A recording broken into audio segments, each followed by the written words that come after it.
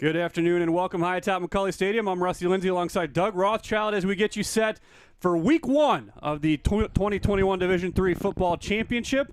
And it is a new season. Doug, both teams coming in with an 0-0 mindset, but in a lot of ways this is unstoppable force versus a movable object today. Oh, yeah, no question. This is the NCAA playoffs. This is what you play for. Every program is designed, the top teams are designed to play big games in November and December, and this is what you're there for. So certainly for this Wheaton team who's got a bunch of super seniors and graduate guys, this is why they came back, is to play games like this. The same is true on the Aurora side. They got a veteran team with some great players, and they come back to playing games like this. So it's an exciting day. It's football weather down there. There's good stiff breeze, good cold 37-degree weather, and we're ready to go. There's going to be a lot of emphasis faced on the one matchup, which is the Aurora offense against the Wheaton defense. We'll get there. However, looking back at what Wheaton has done last few weeks, Doug, especially last week, this is a Wheaton offense that is finding its stride and peaking at the right time of the year. Felt like Luke Anthony had his best game of the year down in Milliken, navigated some messy pockets, threw some great balls, and most importantly, looked like he finally punched through and got that connection on the same page with Matthew Tucker. Yeah, no question. The Thunder offense is clicking on all cylinders, and you know they took a while to find themselves. They do have some veteran guys coming back, but also some new players in the mix. You talk about Geo Weeks, who's their leading rusher. He's the top rusher in the conference. He's an All-American, certainly by ability, and hopefully he gets that distinction. And then Luke Anthony, who's come back for an extra year to quarterback this team. And for whatever reason, and it may be the pieces that he's still getting familiar with, he isn't having the same kind of production he had in 2019. But we've started to see that, as you mentioned, trend over the last couple weeks. And he had his best game, his most efficient game last week down at Milliken, which is important because it was a cold day. It was a blustery day, very similar to the conditions they're going to face today. Yeah, indeed. And this is going to be a very similar defensive front, but a little different on the back end. This is talking to Jesse Scott this week. He said they do a lot of things similar to what Milliken does, where they'll try to muddy you up at the line of scrimmage. They'll play some games with you up front. But this is a much more talented Aurora secondary than what they would have seen last week against Milliken. Yeah, no question. The stars on this defense are the two corners, in my opinion. Number 31, Quinn Davis, who's a senior, 5'10", 150 senior out of St. Petersburg, Florida. And the junior, number 3, Robbie Peterson out of Sarasota, Florida. So two guys, maybe they're from Florida. They're not used to playing in the cold weather, so we'll get a little bit of effect. But those guys they're tall, they're fast. They like to play a lot of bump and run coverage and take out your wideouts, which allows them to do a lot more on the interior. They run a 3-4 front, and they also run a 4-3 front. So what that means is there's 3 defensive linemen and 4 linebackers, but then they have a guy who flips, and sometimes they'll run 4 defensive linemen and 3 linebackers. When they run their 3-4, they do a lot of stunting. They'll line up with it'll look like 3 down linemen, and they'll have 3 guys stacked behind them and another safety off on the box, and they'll bring some combination of 1 or 2 extra guys to try to confuse you, and that's the thing that can be disruptive. And I talked to Jesse as well. They've got a plan for that. They know it's coming. He feels good about their plan, and when you attack that kind of defense, you really have to be very disciplined in what you do. You run zone running schemes so that if the guy over you slants off your face, you stay on your path, you keep your steps going, and you go up to the next level and find the next guy, because someone is going to show up in the gap. Every defense is gap controlled and against the run game, and that's going to be the key for Aurora today, is can they control the gaps on the line of scrimmage against a Wheaton team that's going to want to run the ball. And that's something that they could not do against North Central, who is their one common opponent. Ethan Greenfield and company ran wild against this Aurora defense, and part of it was that gap problem. Something that Jesse mentioned, and I'm sure he did with you as well, is that's something they've really cleaned up the last few weeks. He doesn't expect to see a similar problem, but against North Central, there was not a lot of gap contain or assignment football being played. They had multiple guys in the same gap. They had just abandoned assignments. They've cleaned that up a lot over the last few weeks, but this is a Wheaton front that is their strength, and that is what, if Wheaton's offense is rolling, like you said, Giovanni Weeks, Sam Singleton are going to have running room today. Yeah, absolutely. You win in the NCAA playoffs. You are one of the final teams remaining in the NCAA playoffs when you win at the line of scrimmage. And this Wheaton team is built to go deep. And today is a big test, because this Aurora team is building, Don Beebe has built a program that he wants to compete on a national level. They're playing high-profile games. They played St. John's and North Central, 2 of the top 5 teams in the country in the preseason. And all of that was to get them ready for this moment. And they got a senior quarterback who's going to come. But at the end of the day, the team that is better in the trenches on the offensive and defensive line is going to prevail in the playoffs. Let's get to the matchup everyone wants to talk about, this high-flying Aurora offense against the Wheaton defense. And we've talked all year about Wheaton's front four, but it's continuing to worth mention. This will probably be the best front four that Aurora's faced all year. But for a team out of the NAC, this is a CCIW-sized offensive line. We're not used to seeing that from teams from that conference. And when you really look at what they want to do, for comparison's sake, this is a much better, more talented version of what Wheaton saw with Lakeland a few years ago in that Blizzard game where they didn't really get to show what they were until the second half. Yeah, no question. This will be the best offensive line the Thunder have faced since North Central. And there's no question there's a lot of talent up front, which allows them to do what they do. And what they do is they actually do try to run the ball a fair amount. They're actually closer to 55% run and 45% pass, even though they've got the star Gavin Zimbelman at quarterback and they've got a really talented set of receivers. They're leveraging that offensive line that's really led by the senior tackle, Chris Toth, who's 6'6", 325 pounds. They say he's an NFL prospect. He certainly has the physical dimensions to be that. So it's going to be a challenge for the Thunder defense. The question is, the Thunder defense obviously leads the nation in sacks and is number 2 or 3 in the nation in run defense and stopping the run. So if they can do that, they'll be good. At this time, we're going to send things down to the field for the playing of today's national anthem.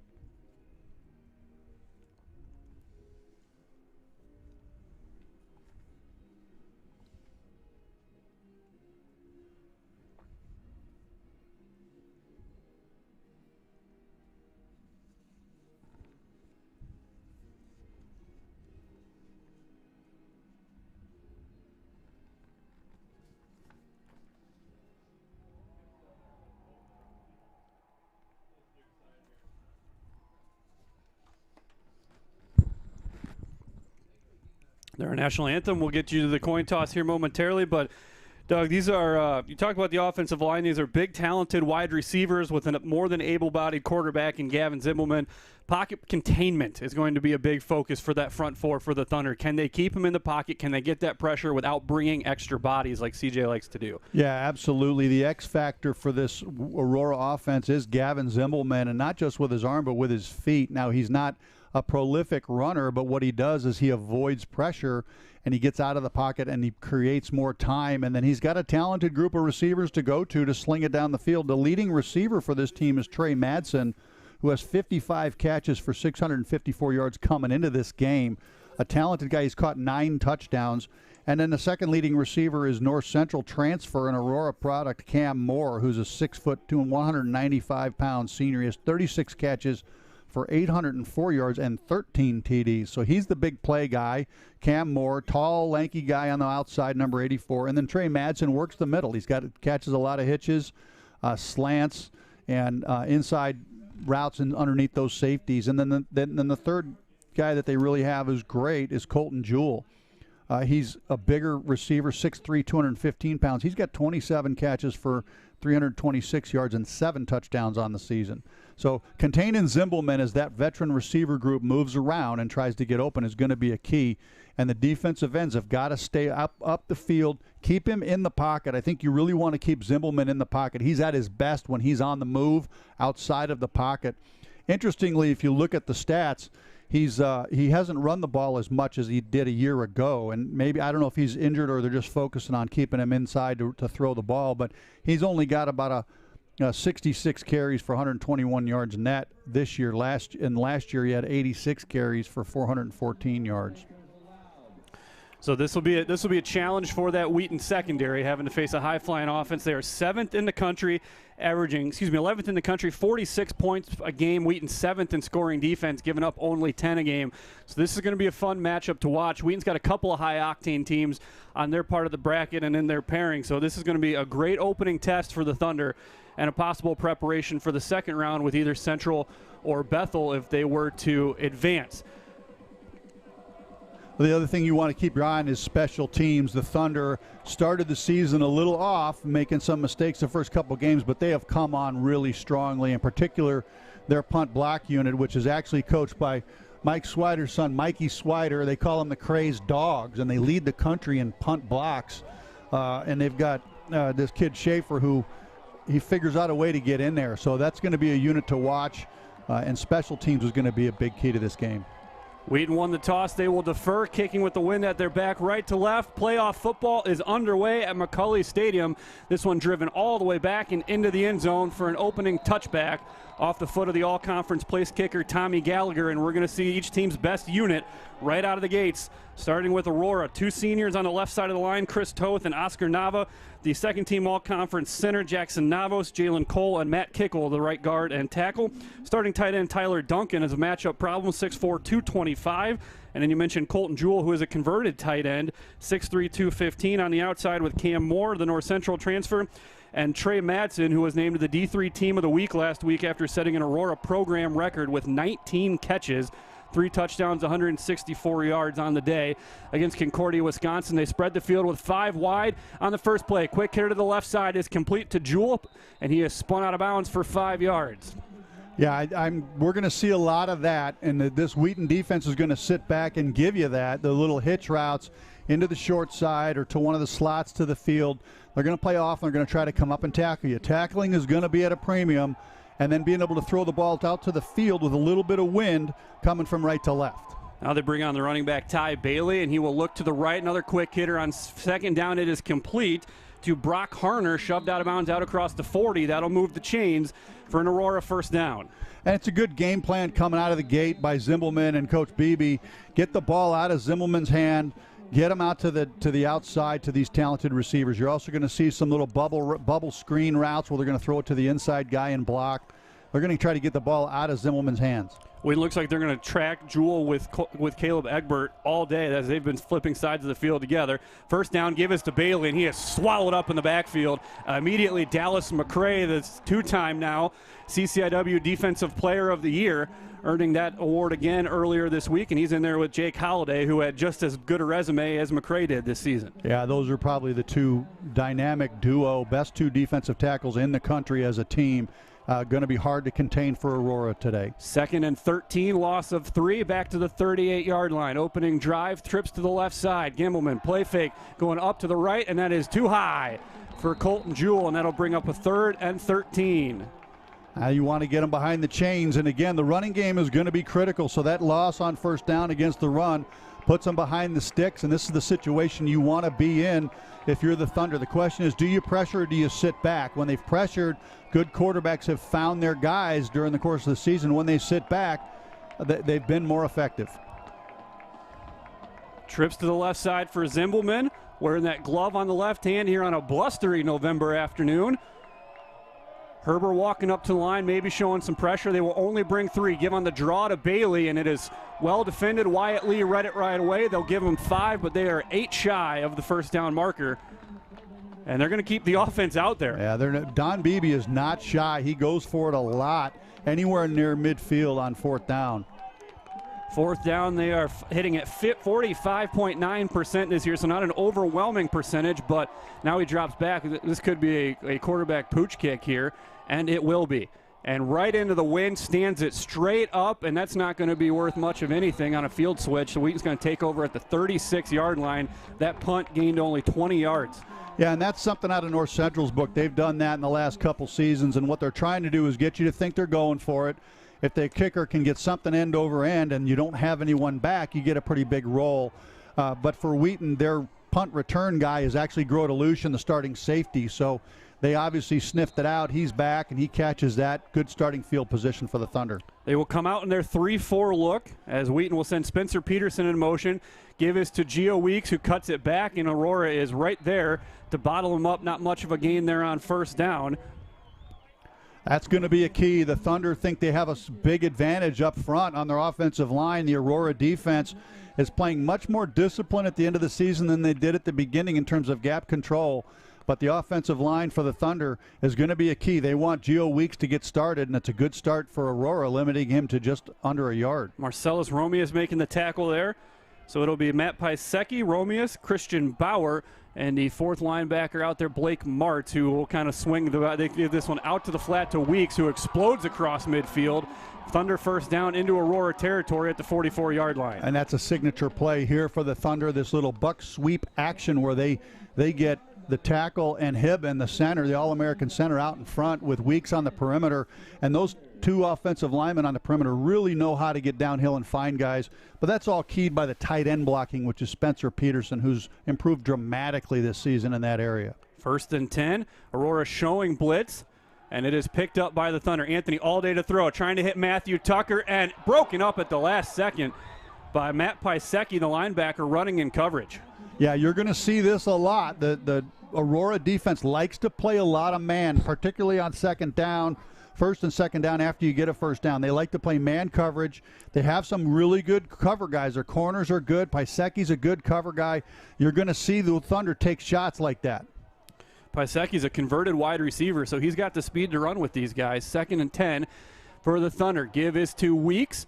Weeks breaks a tackle and powers his way inside the 40. That'll keep Wheaton on schedule again here. 3rd and 5 coming up for the Thunder.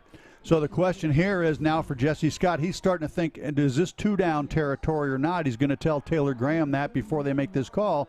He's got to decide if it is 2-down territory. You can take a chance and run the ball again here.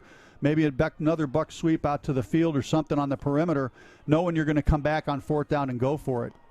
So Wheaton sending trips to the left side. Torini, Tucker, and Terrell Brown, and they've got Spencer Peterson one-on-one up top with Robbie Peterson.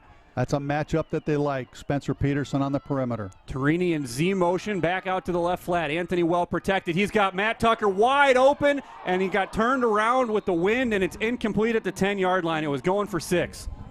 Now big decision here for Jesse Scott. Do we go or do we punt? I would guess, your choices are, you got a great defense. You want to play field position here, especially going into the wind, which Aurora is going into the wind early. It looks like they're going to punt. Offense coming off the field, and here comes the all-conference punter, John Bickle. Yeah, too early in the game to take a chance. You got a great defense. You got a chance to pin them back. You got an all-American punter who is phenomenal at pinning people inside the 10, and so that's the right call here.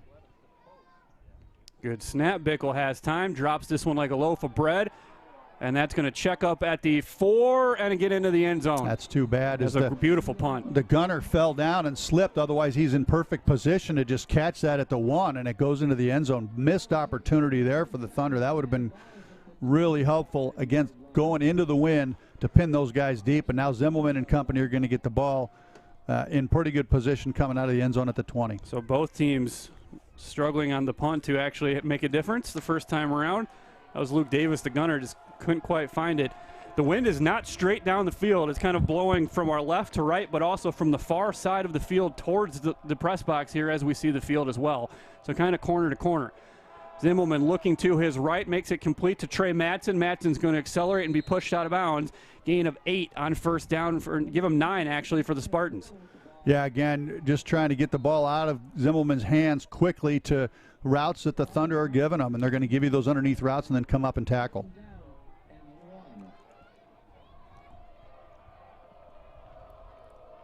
Correction, it's Cam Moore on the catch. 84, not 14 there. 2nd and a yard. Zimmelman looking to his left, again going out, and it is caught and shoved out of bounds. That time it is Trey Madsen who makes the catch.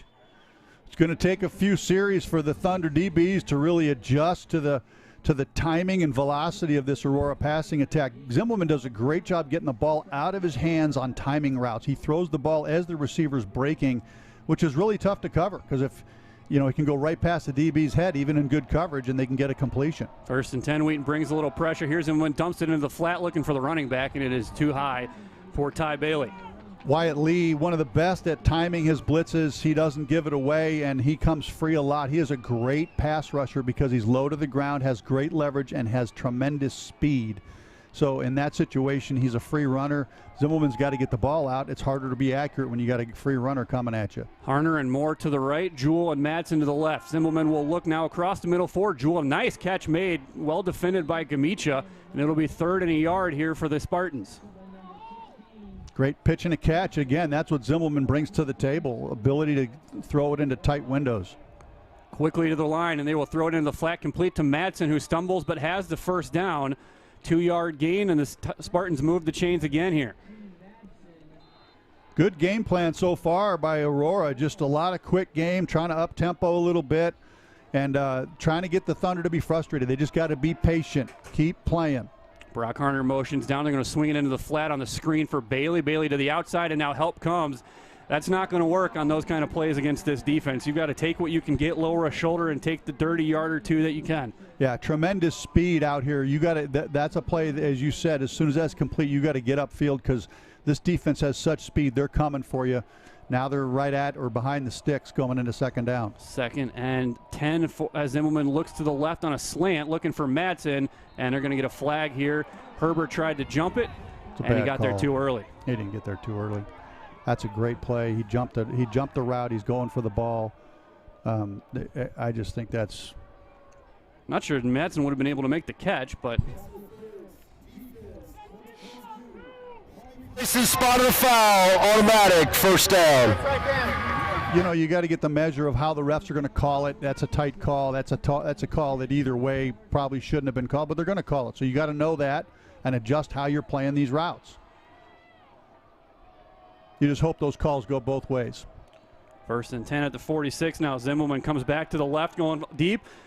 Got Moore with a step, and that's the first time Wheaton's gotten home to Zimmelman. Braden Anthony breaking free to get a hit on the Aurora quarterback, and it's incomplete. Well, and that's the difference. The Thunder are #1 in the nation in sacks, and they get to the quarterback, and you hold it another extra count, which you had to do to get that streak route, the go route, and they're going to get home. He'd been getting the ball out of his hands quickly. You hold it a little longer, one of those guys is probably getting there. 2nd and 10. McCray closing in to the left side, completed on the turnaround route, and Harner will have a first down inside the 35. Tough cover again. It's all a timing route. You'll see here he throws the ball as he's on his break, so he turns and the ball's there.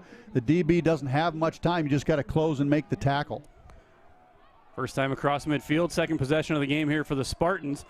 5 wides as they set the running back in the flat at the slot to the left side. Zimmelman looks left, quick out to Harner, and incomplete. Egbert saw the route in the last play, and he was on it that time. Again, on the Aurora sideline, they're complaining that he gets there a little early. And he might have, yeah. It's close, but it's, you know, they made that call 3 plays ago, and they didn't hear. 2nd and 10. If we're calling that on an umpire, the count's right, the order isn't. This is likely 4-down territory for the Spartans now. 2nd and 10 from the 34. Wheaton has Herbert walked up, showing a little bit of pressure here, and now Schwartz showing it as well. They're going to bring it off the right side. It is complete, drilled into Moore. Ball came out at the end, and they're going to say he never tucked it away. So 3rd and 10 for the Spartans. Good play there, and against pressure, you're really taught you got to beat people across their face if you're a receiver. That gives the quarterback the easiest pitch and catch. You don't want to have to throw it over a defender or past the defender to get to the receiver. So against blitz, those receivers are taught to break their routes early, get across the face of the defender, and give the quarterback somewhere to throw it. Cam Moore just couldn't come up with it. Spreading the trips all the way out to the near side here. One-on-one up top. Zimmelman's going to look to his right now. He's going to tuck it and run. And Wyatt Lee was the spy, and he will let him get to the 30, but no farther, so it's going to be 4th and 6. Yeah, they ran that knowing they were going for it on 4th down to see if they could get it going. They're going to have some designed runs. They've seen in the Milliken game and the North Central game some teams that have come with designed quarterback runs have been somewhat effective against the Thunder, so getting a running game going in some way is going to be key.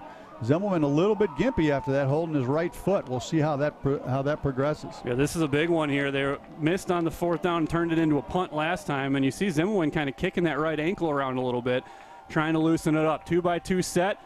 Wheaton will only bring the front 4. Some games up front, thrown into the flat. It's completed. A nice catch made by Martino to extend into the flat and make the catch down to the 19-yard line. Good job by the offensive line, giving him time against a little bit of pressure there, but nice pitch and a catch. Again, Zimmelman getting rid of the ball, getting rid of it on time. So they're now 1 for 2 on 4th down into the red zone here. And they will send the running back into the slot to the left side on a 5-wide opportunity. 1st and 10 from the 19. We'll see if CJ starts to dial up some pressure closer to his own goal line. Throwing for Jewell, and he, like you said, drills that one in there against Schlafly. Schlafly's trying to rip it out, but Jewell holds on and carries him inside the 10 to the 9. It'll be close to another Aurora 1st down. Zimmelman's been impressive. He is getting the ball out of his hand, and he's throwing it to receivers on time. You know, the thing you might want to do is try to reroute some of these guys. If you start coming with pressure, you can get a little bit more physical with these guys at the line and reroute them to throw the timing off. But right now, Gimmelman and his receivers have a great timing together. He's throwing the ball where it needs to be to the open receiver. 1st and goal to go from the 9-yard line. Bailey on his left hip. Looking to his left, comes back across the middle on the slant, wide open Trey Madsen, and they made that one look easy. Touchdown Aurora as the Spartans strike first on the road. Yeah, they just showed a little bit of blitz, and they dropped back in zone, and I don't know if there was a miscommunication between the corner and the safety, but that slant route, he just cleared the second window, and it's an easy pitch and a catch there. Great drive by the Spartans to go down and take the lead and try to put a lot of pressure on this Thunder team. Sean Kerr, the second-team all-conference kicker in 2019, 42 of 47 this season on extra point attempts. Snap good, hold down, kick is blocked. Spencer Peterson up the middle with the hand on it. Again, these special teams units for the Thunder have come on so strongly. They lead the nation in block kicks, and there's another one to add to their coffer that's often on the punts, but here they got an extra point, which is a big play early in this game. Now the Thunder offense is going to have to respond. The Spartan defense goes down and does what very few have been able to do, drive the length of the field and score at the start of this game to take the lead. Yeah, it looked like Herbert just didn't get his head around to sit in that window. He was chasing into the flat. But now we'll see if the Wheaton offense can counterpunch, as Aurora has landed the first blow of this one.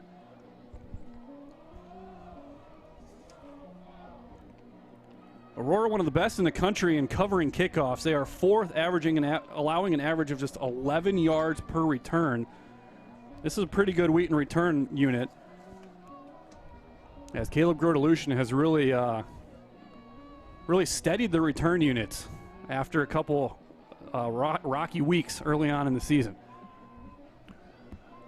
So this is into the wind, and the breeze is going pretty stiff into your face, so you want to move your whole kick unit up, which it looks like they've done. They've got Grodelution there just inside the 10-yard line. Kerr will hit this one high end over end. This is going to be Nate Magnuson from the 18 outside the numbers, and he called for a fair catch. Well, they're saying he called for a fair catch. He did not wave his hand. I don't think there was any fair catch signal. That's a mistake by the official. I think he was waving Grodelution off, saying he had it. Well, which he's allowed to do. I believe the officials are told to watch that, make sure the arm goes above the shoulder in order to call for that, but not sure there. But Wheaton's going to get it at the 25-yard line. 1st and 10 as Peterson's motions 2-by-2. Throws to Spencer Peterson. It is caught. That'll be a Thunder first down shy of the 40. Mark him at the 39-yard line. That's going to be a focus for the Thunder today. Try to get the ball to Spencer Peterson. He's really come on, and they feel, talking to Jesse Scott, they feel like they've underutilized him in the game plan, and now they've got a bunch of stuff in to feature him today, and that's the first of it. And Spartans brought pressure on first down, and they were able to find Peterson. Tucker and Turini to the right side. Two tight ends to the left for Wheaton on 1st and 10. Giovanni Weeks running to the left side, has a crease. 50, now it's a track race. Down to the 40, 35, 30. High-stepping Weeks, and he's going to win the race. No, they're going to say he stepped out of bounds. Wow. Just must have touched the paint at the 15-yard line. And again, Jesse Scott's in. No way. Yeah. Well, that's what you have in Weeks. He's an explosive runner, and this is that buck sweep. Again, you see the lineman. You see Hibben getting out there and making a great block, and Weeks just coming downhill, out racing that safety. Oh, I don't think so. Yeah, it doesn't look like he stepped out of bounds. That's an anticipation call by the official, but we see it there. There was green between the shoe and the line. 1st and 10 from the 14 of the Spartans as Wheaton makes their first red zone trip of the day. Aurora will bring pressure. Wheaton's going to roll away from it into the flat for Torini, who drags the foot on an impressive catch at the 9-yard line. You want to throw that ball just a little bit sooner to give him a better chance, but a great catch there. Right as he's making the break. Now, that ball should be in the air. It's just out about a count slow, but you got to make that adjustment. Nice catch there by Torini. Again, one of the things the Thunder have done down here is they've started to go, they've gone a lot towards play action and passing the ball in the red zone when they've got such a great running game. Would love to see him just come downhill with Weeks. 2nd and 5 at the 9 as Weeks motions to the left hip. They will give to him running right behind Hibben. Hurdles over the pile. He's going to be close to a 1st down. He might have it. It's right at the sticks. Sticks are sitting at the 4. That's where they mark it. And they're going to move him. So 1st and goal coming. Tackle made by the corner Robbie Peterson for the Spartans.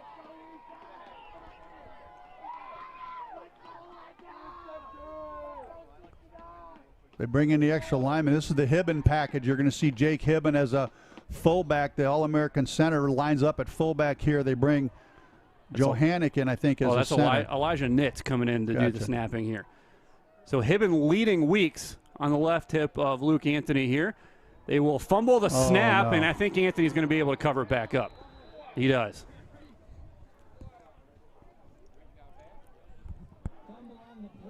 So Anthony heads up following that play, not giving up on it. And he's able to dive on top. Paul Fay also on the spot to make sure that Wheaton's going to have more chances to score here. 2nd and goal at the 6 now after a loss of 2. Keeping an eye on things in what would be a potential 2nd-round matchup. Well, will be the 2nd-round matchup for the winner of this one. Central and that high-flying offense out to a quick 14-0 lead against Bethel out in Pella. Aurora brings pressure, picked up, quick slant, Torini, it is caught, touchdown Thunder. Wow, great accuracy there, well covered against a good corner. I think that the corner for the Spartans, Robbie Peterson, is one of the better guys in the country at cover, but Torini just put his foot in the ground, got across his face, which is a key on a slant route, and then Luke Anthony put it where only Torini could catch it. Now we're an extra point away from taking the lead here. Great answer by the Thunder to come down and put points on the board. 9th touchdown of the year, and Gallagher adds the extra point. So the Thunder block the extra point on Aurora's drive down the field, and then the Thunder respond going down the field using Giovanni Weeks, who's the All-American, presumptive All-American running back, to get all the way down the field, and a great pitch and catch from Luke Anthony to Adam Torini put the Thunder on the scoreboard, and they take the lead 7-6. An important answer there for the Thunder. Up in Collegeville, St. John's leading Lake Forest 6-0. Trinity leading Mary Hardin Baylor 3-0. That will be one to keep an eye on. That could be a high-scoring affair down in Belton. One of the more exciting first-round matchups, 9-0 Trinity, 10-0 Mary Hardin Baylor. Trinity just kind of stuck with geography there, having to make a trip down the road to Belton when they probably deserved a first-round host game. We'll take you around some other first-round action here as Gallagher gets set for the kickoff. Wheaton leading 7-6, both teams scoring on their second possession. Drives this one high, as this was going to be Cam Moore from the 5-yard line. Up the right half, angling to the left, and he's not going to make it to the 15. Great coverage by the Thunder. Again, another spectacular unit for the Thunder. Their kickoff coverage is one of the very best in the country, and you cannot run laterally. If you're trying to get across from one side of the numbers to the other, that's not going to go well against this coverage unit. You have to come up the field and downhill, and they didn't do it, and they're going to start deep. All games today are starting at noon local time, so the East Coast games are reaching halftime about now. And then we'll have one game out west with Linfield hosting Redlands. 1st and 10 at the 13 for the Spartans after Wheaton counters Aurora's touchdown drive with one of its own. 4-man front to start the drive for the Thunder. Zimbelman going to throw and too high. Incomplete for Cam Moore. Del Valle 34-10 over Anna Maria. DePaul 20-7 over Rose Holman. A little bit surprising. UW La Crosse on the road 34-3, just trouncing Albion. At halftime, Cortland 16-7 over Springfield. Johns Hopkins 35-14 over Salisbury. Mount Union 35-0 over Washington and Lee out in Alliance. 2nd and 10. Zimmerman looking left. Quick hitter complete to Harner, who is spun down immediately at the 18-yard line. Other East Coast games, RPI 14-7 over Endicott. Muhlenberg 24-0 over Framingham State. Greenville 14-0 over Whitewater. On the road, how about the Panthers out of the UMAC making their first trip to the playoffs? Wow. 3rd and 4 from the 19. Big play early in this game right here. Wyatt Lee will bring pressure. Zimmelman's looking right into the flat 4. Madsen and off his hands, incomplete. Tough throw all the way out from one hash to the far side of the field outside the numbers. That's a super difficult throw. They're going to keep the offense on the field. I can't imagine they're going to do anything but try to quick kick this again. But who knows? This is a playoff game. Don Beebe's aggressive, and if he likes what he's got, he might go for it here. 4th and 4. Boy, this would be a real... He's lined up pretty deep. This looks like a punt to me. Yeah, last time he backed out of the snap and showed it. They're going for it. Zimmelman dropping back, throwing to the left side, and it is caught by Cam Moore, who holds on for a first down. Holy smokes. Don Beebe means business. I'll tell you what, they're not messing around. They want to go for it, and they're leaning on their All-American quarterback. Great pitch and a catch right there. Huntington and Birmingham Southern tied at 7. The one game we won't have today, as Zimmerman drops back on first down. Zimmerman under pressure, and he's going to overthrow Cam Moore. The one game we won't have today is North Central hosting Carnegie Mellon. The Tartans having to pull out due to a COVID situation on campus with their team. And we are being told that the scoreboard on the D3 football scoreboard is wrong on that one, so it is Whitewater 14-0 over Greenville, and that makes a lot more sense. That makes a lot more sense.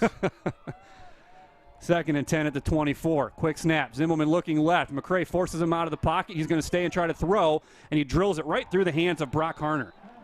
And that's the danger of Zimmelman there, is when he gets outside the pocket and finds people. You got to keep him in the pocket. Good job there by the defensive end, but the defensive tackle's got to stay in his lane there, and he just slings it, not able to make the play.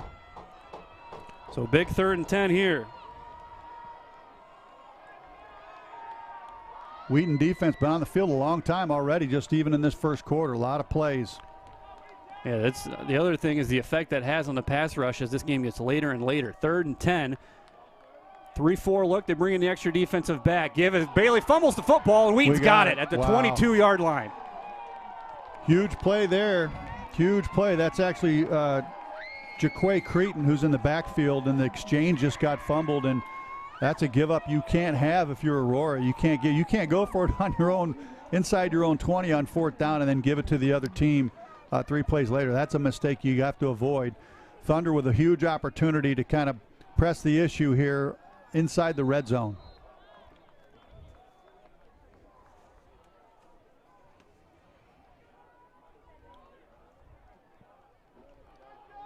Again, they've been very effective with the run game. I'd love to see some Giovanni Weeks down here in the red zone. 1st and 10 at the 22 after the turnover. Offense will check to the sideline. Trips to the left side. It is Tucker and Torini. Quinn Davis split to the outside with Torini. Safeties drop off. Weeks on the handoff into the second level, spinning inside the 15, and he will have an 8-yard run on 1st down. Yeah, and if you're averaging 8 yards a carry, when you give the ball, you got to keep giving it. That means your offensive line's doing stuff. You watch this offensive line; they move the line of scrimmage. They're some of the best interior linemen at combo blocking, and that's 2 linemen tag teaming a lineman and then getting up to a linebacker. The ability to do that is hard in space. This offensive line excels at it. Anthony going to lob this one for Peterson in the end zone. Tipped, caught, touchdown Thunder. There you go, and that's the Spencer Peterson effect right there. We said he was going to be a bigger part of the game plan, and we've seen it so far. That's what a 6'6" guy can do. You get it up in the air, and he did a great job just reaching over and keeping it from being an interception, getting up in the air, and then focusing on it to bring it back in. Great job there by Spencer Peterson. So Gallagher on for his second extra point attempt. Boy, what a throw and catch there. High snap put down by Bickle. Kick is good. 14-6.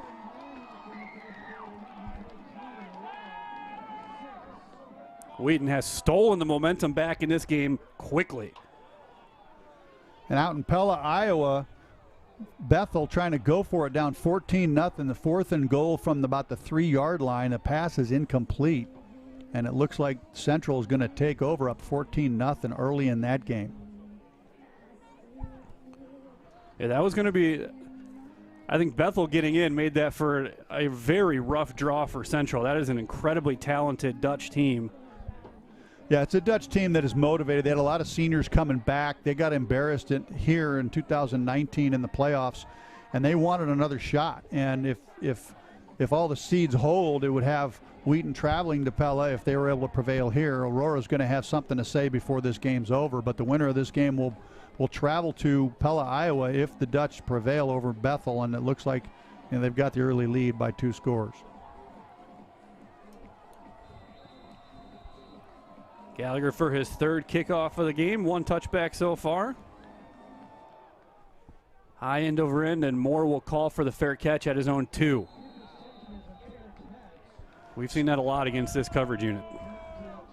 So the first miscue of the game is by Aurora as they fumble the quarterback-running back exchange, give the ball to Wheaton in the red zone. Wheaton capitalizes to go up 14-6 here with 2:39 to go in the first quarter.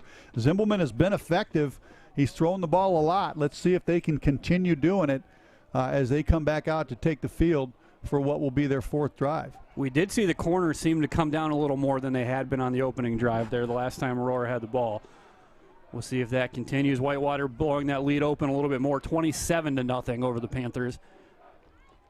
Egbert comes right down the corners. Jam coverage right now here on 1st and 10. Zimbelman takes the snap, looking to his left. Pressure up the middle. Holliday's going to chase him out. Now it's Braden Anthony in pursuit, and he's going to throw this one up and almost picked off. Crodelution was trying to tip that one back into play for the interception, but it falls into the Aurora sideline. Yeah, and that's if you want the quarterback to scramble, you want him going to his left as a right-handed quarterback. It's just a lot harder to throw the ball. You have to turn and pop your feet to be able to square your shoulders, and it's just difficult to do. Much more difficult. Zimbelman can certainly do it, but he was under pressure there. Bethel punches it in. 1-score game out in Pella, 14-7. 2nd and 10 at the 25 here for the Spartans. Trips to the left side. Zimbelman leading there.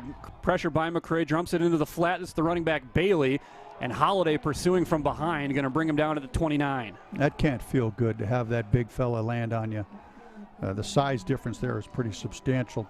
Ty Bailey's 5'8", 180. Jake Holiday is 272 pounds, landed right on him. But nice little get the ball out of your hands play for Zimbelman, get it to your running back, get a few yards, and make it a little easier on 3rd down. Wheaton using the 2 technique for all of their linemen, just kind of standing up, not sure who's going to come. They've got Fielding Davis, the extra linebacker, on the field. 3rd and 6, looking quick hit to the left side and incomplete, but a flag comes out. Egbert got a hold of the jersey as Harner stopped. I don't know.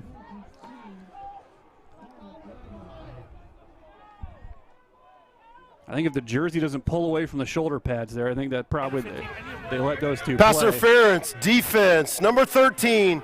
Ball be placed at the spot of the foul, automatic, 1st down.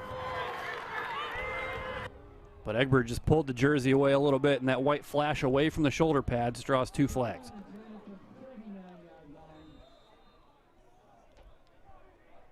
So ball moves up to the 39-yard line. 2nd time already today Aurora's moved the chains on a Wheaton penalty. 4-man rush on 1st down. Zimbelman will escape the pocket up to the straight ahead, and Schwartz is going to stand him up. They're going to give him the 47 on forward progress. First time we really see Zimbelman put the foot on the gas to get out of the pocket. He's been hesitant until that one. He's definitely limping. He's got something going on with, I think it's his right foot or ankle. But that's the only semblance of a running game they've had is his scrambling so far. They've only handed it off, I think, twice in this game. Yeah, I think it's been 3. One's been stuffed, one's fumbled, and then they set up a 4th down attempt.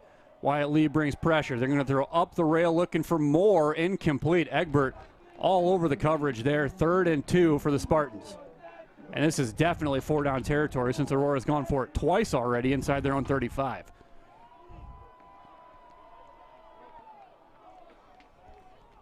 See if CJ decides to counter with pressure here. He has gone to the slot receiver on an out cut, so look for Cam Moore or Trey Madsen down here at the bottom on something short. Madsen's in the middle of a trip set. I think it would have to come from Moore, who's got a little more field to work with. Use Madsen to clear it out and then go to Moore. Wheaton shows pressure. They will bring it late. They're going up the middle. He's got Cam Moore, makes the catch. That's going to be an Aurora touchdown. Wheaton gambled and Moore broke free for an Aurora score. And that's the Thunder's Achilles heel is pressuring. They've made their live in the last 8 weeks, really since the North Central game, just sitting back and playing zone and making offenses take what they give them.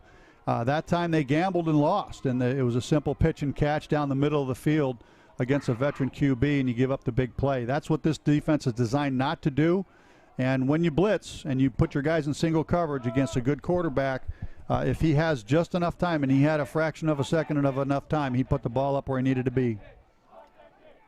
So Kerr's last extra point was blocked. Colton Jewell, the wide receiver, is the long snapper. This one has the height, has the distance, has the accuracy.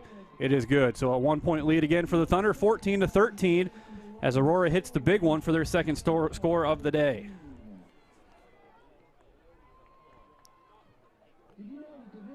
Zimbelman throwing off his back foot there, and it looked like just a matchup problem where Herbert drew Moore on a vertical route. Well, I mean, if they're going to throw a vertical route, your pressure has got to get there, and it didn't. It got there just a fraction late, and great job by Zimbelman to just put a little air under that and let Moore, who's got a lot of speed, just run under it. This has been a high-octane first quarter as we still have a minute left here in the opening period.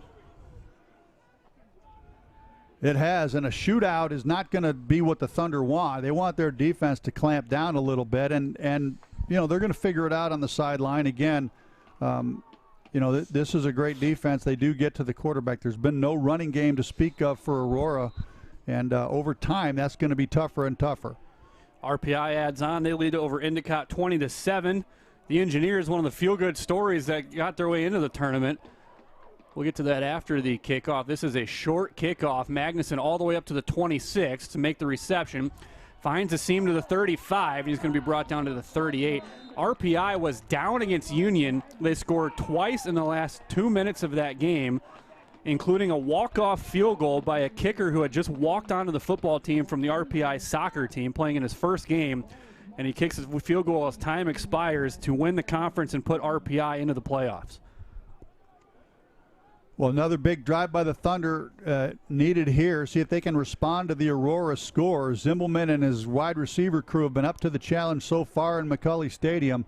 50 seconds to go before the second quarter. Aurora shifts out into the 3-4. Anthony on a play fake. Well protected. He's going deep for Torini. Torini man-to-man coverage. Incomplete. The defensive back got his head around just enough to avoid the face guarding penalty. That was Quinn Davis. Ball was underthrown, and we've got a man down at the end of the play for Aurora. That's Blake Martz, who looks to be okay after all. That's one of their leading tacklers. I think he's the third leading tackler for the defense. Been a leader for them, was second team all NACC in 2019. Need him to get back on the field for the Spartans. That was a nice play by Davis. Torini actually turned into a defender there, breaking up that ball. That went right through the hands of Davis. 2nd and 10. Givens to Weeks running left. Behind Hidman. 40-45 has the first down. And will depend on the spot, but it looks like he's in the Aurora territory. Yeah, no answer by Aurora for that buck sweep. That's about the 4th time the Thunder have run it, and they've gotten a big chunk of yardage every time they've done it so far. So I expect to see a heavy dose of that. They're so good in space, those pulling linemen, but it's all predicated on the ability of the tight end to that side to be able to hold the defensive end and let those guys turn the corner. Torini in motion, trips to the left side. This is Weeks again. Had a seam, but a great play by Romius just to slow it down before he could hit high speed. And what could have been a big play is held to a gain of 3. Romius is their middle linebacker. He actually was a defensive end at the beginning of the season when they played North Central. They moved him to linebacker. He is their best playmaker. They still move him around. They blitz him a lot. This is the end of the first quarter. Timeout. They move Romius around a lot. He is their biggest playmaker on defense. He's got 5.5 tackles for loss, including a sack, 1 pass breakup on an interception, and a fumble recovery. But he is a rangy guy at 6'3", which is pretty tall for a linebacker, 230 pounds. He's just a junior out of Belleville, Illinois. One of the best players on this Aurora defense, and a guy that you're going to have to account for. Central has answered the Bethel score again, so 21 to 7, the score out in Pella. As we will flip sides of the field and take a look at what has to be some big offensive numbers there in the first quarter. Yeah, so for the Thunder, they ran 16 plays for 136 yards. They ran the ball 9 times for 97, already almost 100 yards rushing. But for Aurora, they ran 31 plays to just 16 for the Thunder. So that's a lot of plays in one quarter. I mean, that's a 120-play pace when most games are kind of 60 to 70 plays. 167 yards total offense for Aurora. For the Thunder, Giovanni Weeks already has 9 carries for 99 yards. Luke Anthony is 4 of 7 for 39 yards and 2 touchdowns. 2nd and 7 as we flip sides of the field. Play fake for Anthony, and he's going to have to run as they brought late pressure. Protects himself with a dive down at the 42 and gets it to 3rd and 2. Corner blitz there, the number 3, Peterson, coming off the corner. Obviously, they saw that in the film. We've seen that a couple times this season. Haven't been real good at picking it up. And they bring the guy from the short side. In other words, the ball's on the hash, so it looks like the guy's playing bump and run. It's a shorter path for him to go. Difficult to pick up, especially on the man side of the protection, which would mean the running back would have to be able to see it, and he didn't. Good job by Luke Anthony. Hibben package here for the Thunder on 3rd and 2. Hibben will motion to the right side. Anthony under center, going to give to Weeks, breaks a tackle in the backfield, trying to break one at the line of scrimmage. He's short of the line to gain, but this feels like it's 4-down territory for the Thunder. Wow, big tackle there. Really nice tackle by Pisecki, who came up, and the initial hit missed in the backfield. They had a player in the backfield. We'll see here on the replay. You can see the penetration underneath the puller, and then Pisecki comes up and makes a great tackle. Colin Dominski, the backup linebacker, who was the one who slowed him down before he could get to the line of scrimmage. So 4th and a yard. Big one here for the Thunder. This game's had a ton of momentum shifts already. Aurora will bring pressure up the middle, give to Weeks. Weeks has a crease to the outside and more. 35-30. Downhill blocking behind Torini. And he sachets out of bounds inside the 20. Great blocking by Torini all the way down to the 18-yard line. Yeah, when you talk about winning the line of scrimmage, it's also won by the receivers blocking on the perimeter. And you see a great pull there by the left guard who gets upfield, allows Weeks to get downhill, and Torini stays on his guy, gives you another extra 5-10 yards. Receivers are such an important part of the run game. They have to be able to identify the run support defensive back and engage him to allow those. That's how you get big plays in the running game. Brown, Tucker, Torini to the left side. Peterson one-on-one with Peterson to the right side.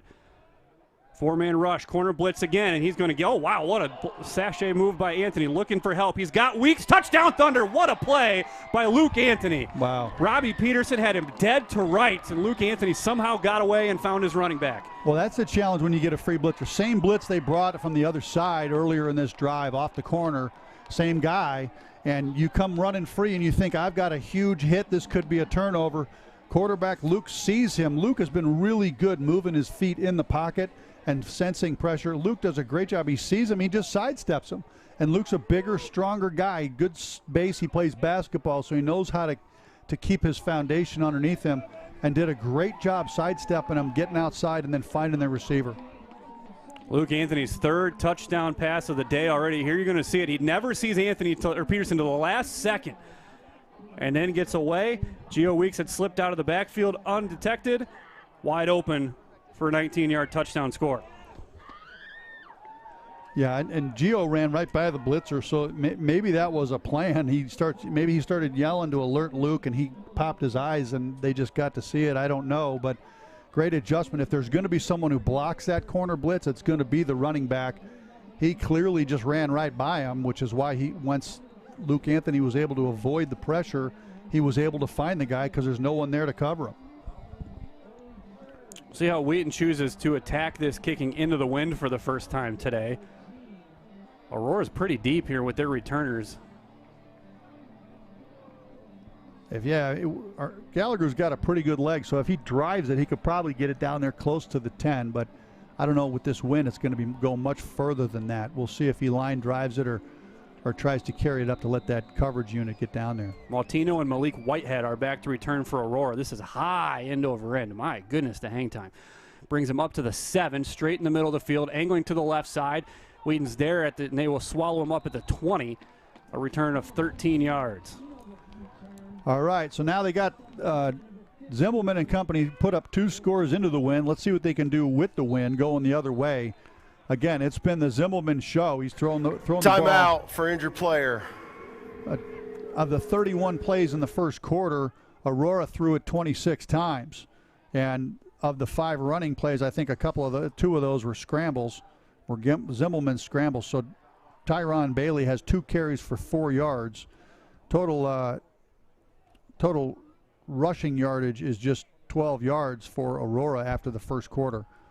So, but it's been Zimbelman, 15 of 26, 155 yards, 2 touchdowns, 3 catches for each of 4 receivers. He's spreading the ball around a lot. Cam Moore, Brock Harner, Colton Jewell, and Trey Madsen all have 3 catches. Moore and Madsen with the 2 touchdowns. And then on the other side, Spencer Peterson, Adam Tarini with 2 catches apiece at the end of the first quarter. Doesn't include the catches that were just happened on that last drive in this second quarter. Got an Aurora injury at the end of that play. It's Reed Littleford, starting linebacker for the Spartans. He is walking off the field under his own power, so that's great to see for Aurora. But Zimbelman and company are going to need an answer.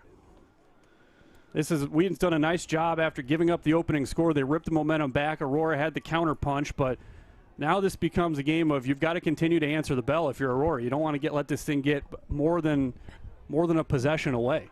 Well, and you have to decide, Jesse Scott has to decide too, does he want his defense to pressure these guys, or if he thinks we can score at will, then he's going to want this Aurora team to try to drive down the field, sit back in zone, make them make plays all the way down the field for a bunch of drives. Egbert all the way out the line on the outside of the trip set. Zimbelman looks right. Pressure comes from Anthony, forcing him back in the pocket. Double move for Harner, and that pass is dropped on the Wheaton sideline. Don't want to give Andrew Bowers that drop, but it might be. But that is one of the few times today that Zimbelman has not been on the same page with his receiver. Well, there's also an adjustment when you got the pretty strong wind at your back. When you're throwing it into the wind, it affects the throws differently. The timing's a little bit different. So it takes a couple throws to get adjusted to that as well. I wonder, too, if Aurora would look to go a little more vertical with the wind at their back.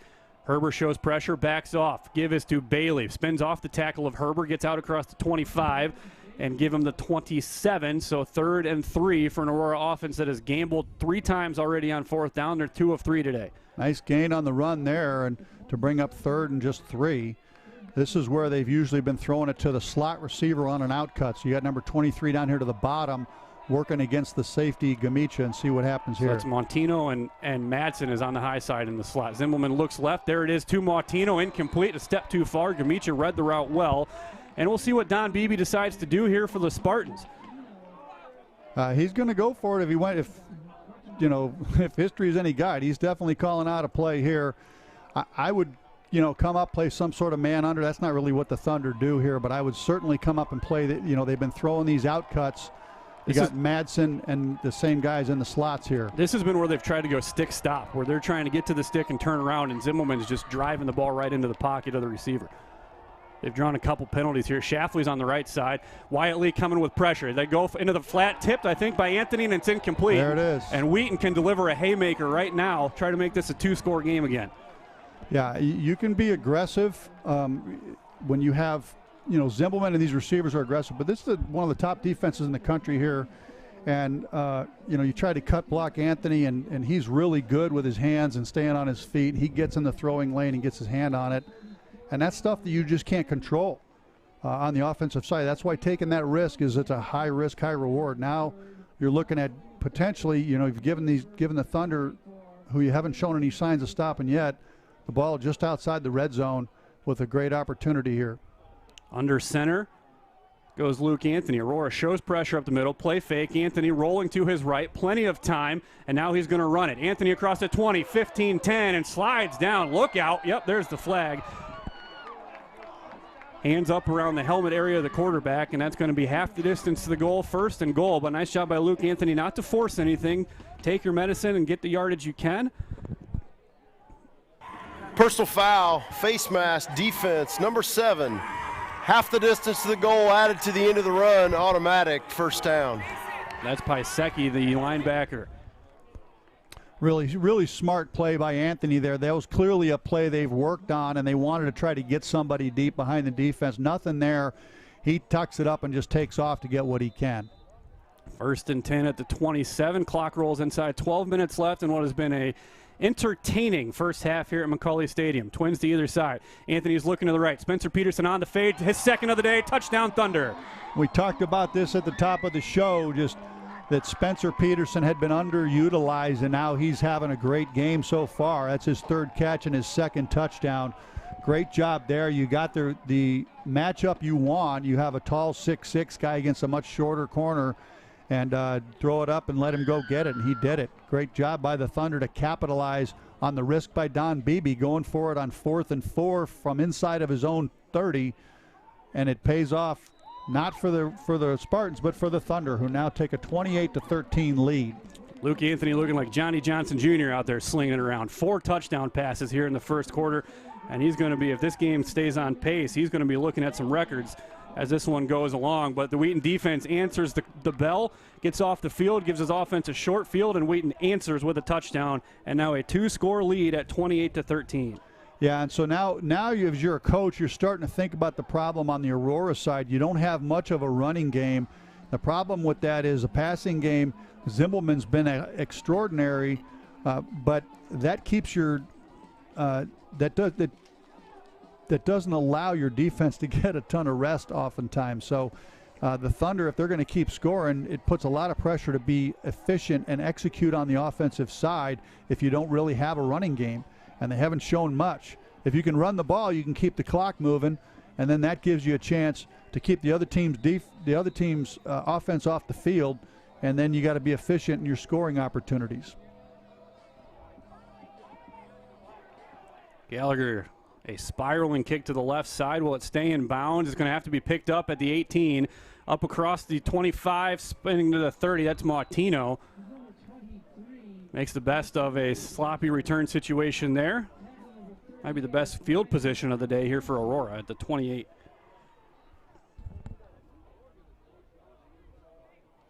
Thunder starting to zero in on some of the game plan, some of the routes, so some of that quick game, they're starting to come up and recognize it a little sooner out of some of the sets that they're going with.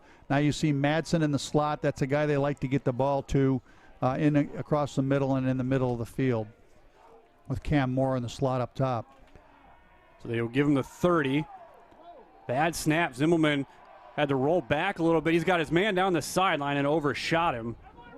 But that looked like it was going to be a quick hitter that the timing got all thrown off when Zimmelman had to spin around and catch the snap. Yeah, I don't know if there was a double move there or not, but they're just definitely trying to get the ball down the field, which takes a little bit more time, and he had pressure on him, and he just had to sling it. It's a lot harder to get your timing down when you're just trying to get the ball out of your hands. 2nd and 10 at the 30 here for the Spartans. Trip left, Moore, Madsen, and Jewell inside out. Cretin looks like on the left hip of the quarterback. He'll take the carry. Swallowed up by Schindeldecker and McCray at the line of scrimmage, and a huge 3rd down coming up. We know Aurora's going to roll the dice, so you have to think this is going to be something to set up a 4th and manageable. Yeah, so Braden Anthony comes out. The extra DB comes in. This will be the 3-down lineman package with McCray and Schindeldecker on the ends and Holiday over the center. They get the extra DB in as the linebacker and over the slot here. So they got 2 safeties, 3 corners, man-to-man down there. Roll the pocket to the left side, and they will throw over the head of Trey Madsen. And at 4th and 9 here. Tough to take a risk here. The game's going to be out of hand if you don't get this and you go for it. I imagine you have to punt here, but I thought you had to punt a couple other times, and they didn't. So 4th and 9, you know, maybe Beebe didn't put the punter on the roster, on the playoff roster. I don't know. Seth Richardson's averaging 32 yards a punt for the Spartans. His long for the year is only 48 yards. Now they're dropping back. This is going to be a quarterback punt. Grodelution picks it up, and he drops back as well. Good end-over-end kick from the quarterback, Zimmelman. Caught at the 28 by Grodelution, and Trey Madsen makes a nice tackle right at the 31-yard line. So those aren't about returns. Those are just about making sure the ball doesn't bounce and roll. And that's right. Grodelution does his job and sets Wheaton up at their own 31. Yeah, it's a luxury to have your punt returner as your starting safety. It allows him, when he sees that, to run back and catch that ball, which is a big key. It's a lot of trust there when you're trusting your wide receivers to make good open field tackles like that, but Trey Madsen pretty sure-handed on that one. 1st and 10 from the 31. A Wheaton offense that has been in about 5th gear all day today. Peterson with 2 touchdown catches, motions tight to the right side of the line, 3 wide receivers, and this will be play fake off of Weeks, completed to Peterson. Peterson going to be brought down on a nice tackle. Ernesto Ramirez, the safety, coming downhill to make that tackle. Again, this is one where you're trying to get it to him quick, and you're trying to block out on the perimeter, which if the ball's thrown behind the line of scrimmage, you can actually block on the perimeter during the pass. It's not pass interference. And Ledbetter just not able to hold that block. Otherwise, you get a pretty big play.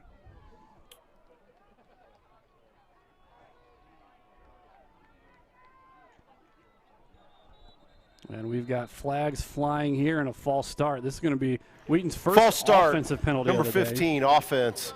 5-yard penalty, still 2nd down. Central leading Bethel 24-7 out in Pella now. That game is in the 2nd quarter.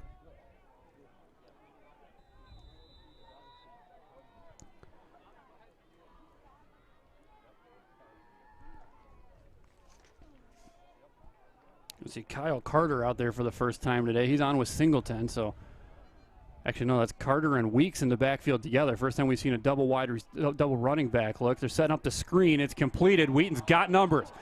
Carter's out in space. 45-40, 35-30. Down the sideline, still going, still on his feet. 20 to the 15 behind the convoy of blue jerseys, and finally brought down. A brilliant play call there as it gets Kyle Carter wide open. Watch this replay and just watch the linemen that get out in front. They're so athletic and great in space. There's 3 of them out there. You can see Hibben, you can see Gabriel, and look at this Paul Fay running toe-to-toe with this guy.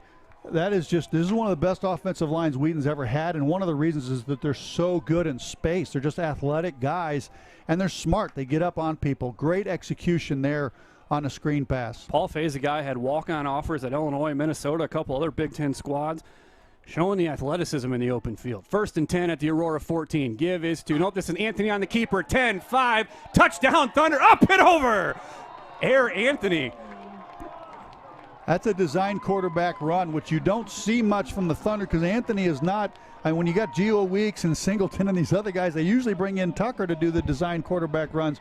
Luke Anthony showing his chops there. Great job there. Well blocked on the perimeter. You're going to again see, I think Hibben comes around. And again, it's set up by the tight end block that seals the corner. And then you have the ability to just go. And then the perimeter blocking by the receivers bring him into the end zone. Good snap, good hold, good kick by Gallagher. 35-13, Wheaton asserting itself.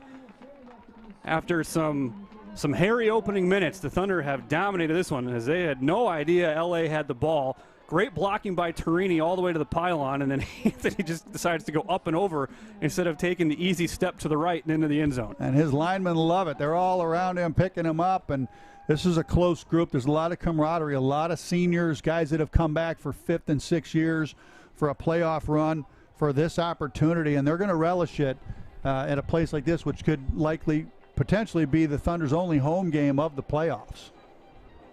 Lot of game to be had yet against an explosive Aurora offense. So Zimmelman's going to have something to say along with these receivers and this Aurora offense. But again, the Thunder now, pressure's off a little bit now in terms of making plays. If you're a coach now, you can start thinking about, hey, we don't need to blitz the same. You know, they scored the 1 touchdown off the big play. They pressured them. They got up, they beat them on the blitz. Cam Moore down the middle of the field on a 3rd and 3. You don't need to do that anymore. When your offense is scoring every time they touch the ball, your defense, especially a defense like this, you can just sit back and make them methodically drive the ball down the field and try to beat you that way. Sun coming out now as the Metro rolls by, and Gallagher puts everything into this one, and a fair catch called for at the 5-yard line, so they will take it at the 25. One of the more surprising games we're seeing, Trinity and Mary Hardin-Baylor with a minute left in the second quarter. Mary Hardin-Baylor finally gets on the scoreboard. That game is tied at 3. Bethel has scored again out in Pella, 24-14 now. Central leading the Bethel Royals. And Bethel, another one of those we were certainly deserved to be in. A little surprised anytime you see a 2-loss team get in, but their only 2 losses coming to St. John's, who's the number 1 overall seed when you look at the criteria. So not surprising there. And they actually had that game all the way down to the wire. They led for all but a second of that game. But there's that last second score by St. John's to win that game last week. 1st and 10, Zimmelman looking right, drills this one in. Caught by Mautino. 5-yard gain, and Ryan Schwartz right there to swallow him up. Again, they're back to getting the ball out of his hands and throwing it quick on a quick game. Now they're coming up to the line. They want to try to get a lot of plays in and get the ball out of his hands again. Looking to his left, back on 5. Going to throw a double move. Got his man, and just a step too far for Cam Moore. Cam Moore with the wheel route out of the slot was wide open, and they just couldn't connect. Yeah, that's Daniel Herber who rides that route, and then he's got to stay with it and carry it. But they brought another guy into the flat that captured his eyes, and he took his eyes off the receiver who turned up the field. Could have been a big play. 3rd and 4. Aurora's offense has been stymied a little bit here. Looking across the middle, has time. It's tipped and behind Madsen. I think it was Dallas Huge got play. Just enough. That was going to be a catch and run for Trey Madsen, and instead it turns into 4th down, and this could snowball on Aurora. So you got Zimmelman. One of the challenges, Zimmelman, great quarterback. He's 5'10", a little shorter in the pocket, so he's got to float the ball over, and that's going to lend itself towards some more tipped balls. That's the second one we've seen. The first one came on that 4th down out of your own territory. Empty pocket quarterback punt, and that one's going to be low and roll. Grotelution looking to see if he has time and wisely just avoids. That'll roll down to the 19, so that's a nice job by Zimmelman to flip the field. But boy, this Wheaton defense has answered the call the last couple times out. They sure have, and again, they're just sitting back now. They're going to make you go make plays, and now a lot of pressure on this Aurora defense to try to get a stop, and they haven't done it yet. This Thunder offense has been rolling, and, you know, I would just be handing the ball a lot to number 30. Lake Forest is on the scoreboard up in Collegeville. St. John's 27, Lake Forest 2. Okay. Scorigami. 1st and 10 at the 14 here as Wheaton's offense has been stopped only once today. Weeks on 1st down. Oh, breaks a nice tackle made before Weeks could break free. That's Romeus, the middle linebacker. Nice read by him coming downhill. He shoots the gap, and he gets up into him. He's a guy that does have the speed to catch, to get to Weeks in terms of laterally before he gets going. Weeks, an incredibly fast runner. There, he just shuffled his feet a little bit. Romeus able to shoot the gap and come up with the tackle. Into the 3rd quarter out east, Mount Union 42-0 over Washington and Lee. Johns Hopkins 45-14 over Salisbury. And DePaul leading Rose-Hulman 20-7. Also early 4th quarter, Cortland and Springfield, one of the better first-round matchups so far. Cortland leading 19-14. Matthew Tucker in motion, looking to the right side. Screen to Torini. Gets behind the pulling offensive line, tries to go back outside, has a 1st down, and brought down to the 27. That's Romeus again. That's a short little wide receiver screen that the Thunder have run typically down on the goal line. Here they're running it on short yardage just to get the front. And again, you see those offensive linemen get out there and operate in space. That's the key to this play. Allows him to get the yardage he needed for the 1st down. Also Muhlenberg all over Framingham. 1st and 10 at the 27, past the midway point here of the 2nd quarter. Weeks will motion to the left side. Aurora looks like they're trying to crowd the line. They stayed in that 3-4 front. There's that buck sweep again. They string it out to the sideline, but Weeks still finds a crease to get out to the 33, maybe even the 34. And Hibben just swatted one safety and got up to the next one, which really allowed him to get the 7 yards that he got. Again, you know, that's all predicated by being able to block the perimeter, seal the end with the tight ends who have done a great job in blocking all year, and then getting those big dogs around up on DBs. I can guarantee you that Robbie Peterson does not like seeing Jake Hibben running downhill in his face. Birmingham Southern 10-7 lead late in the first half over Huntington. Had a rematch of an earlier game that saw Birmingham Southern win by 40. Pressure comes, untouched. Anthony was going to throw it. Ball's out. That's a fumble. And I think Wheaton was finally able to get back on it. Yeah, Wheaton able to recover back at the original line of scrimmage, but it looked like that might have been Matthew Tucker that got got enough of the defender to allow his offensive lineman to pick the ball up. Yeah, he's trying to throw it, and he didn't see Pisecki coming in behind him on the blitz, who had beaten the blocker. And as he cocked back to throw the ball, Pisecki made contact and knocked the ball loose. Thunder very fortunate to come up with it here and to not lose tremendous yardage, to stay basically 3rd and 10. They're still on the chains, even though it is long yardage here. Trevor Gabriel ends up covering that ball. So 3rd and 10. Back at the original line of scrimmage for this set of downs. 2-by-2 the wide receivers. Peterson slot left. 4-man rush for Aurora. Anthony will step up in the pocket. He will scramble. 30, 35, needs to 37. He gets there. Knew where he had to get, and he sidesteps the sideline out across the 40 to the 41. Wow, some big plays by Luke Anthony in this game with his feet. Number of times he's run the ball. He has the touchdown. He's got the another one where he gets a first down, and then this one here, or he squeaks out on 3rd and 10. He squeaks out a 1.5 yards extra, getting that first down, keeping the Thunder drive alive. 5:14 to go in the half. Clock is running 35-13 Thunder. Luke already up over 50 yards rushing for the day. 1st and 10 at the 41. Singleton in the backfield, motions out to the left. This is a designed quarterback draw. Anthony behind his blockers, patiently weaving his way up to midfield, a gain of 9. Wow, they're really, this is something we haven't seen all year. Luke Anthony with the run. It comes up a little bit gimpy there with his knee or his leg, one of his legs, but seems to be all right. Great job there by getting out. Now they're 2nd and short. You can just pound it in here and try to get the first, or you can do a play action, take a shot down the field to try to come back on 3rd down and get the first down. Anthony 7 carries 60 yards. Weeks 13 carries 129 so far for the day. They're going to pitch this one out to Singleton, has the first down and more, but he is met by a wall of Aurora tacklers led by Ernesto Ramirez along with Robbie Peterson, who will stonewall him at the 47. Good job there. He had the first down, so just cover it up, lower your pads, get what you can get. The goal there was to just get the 2 yards you needed for the new set of downs. 4 minutes and counting here in the half.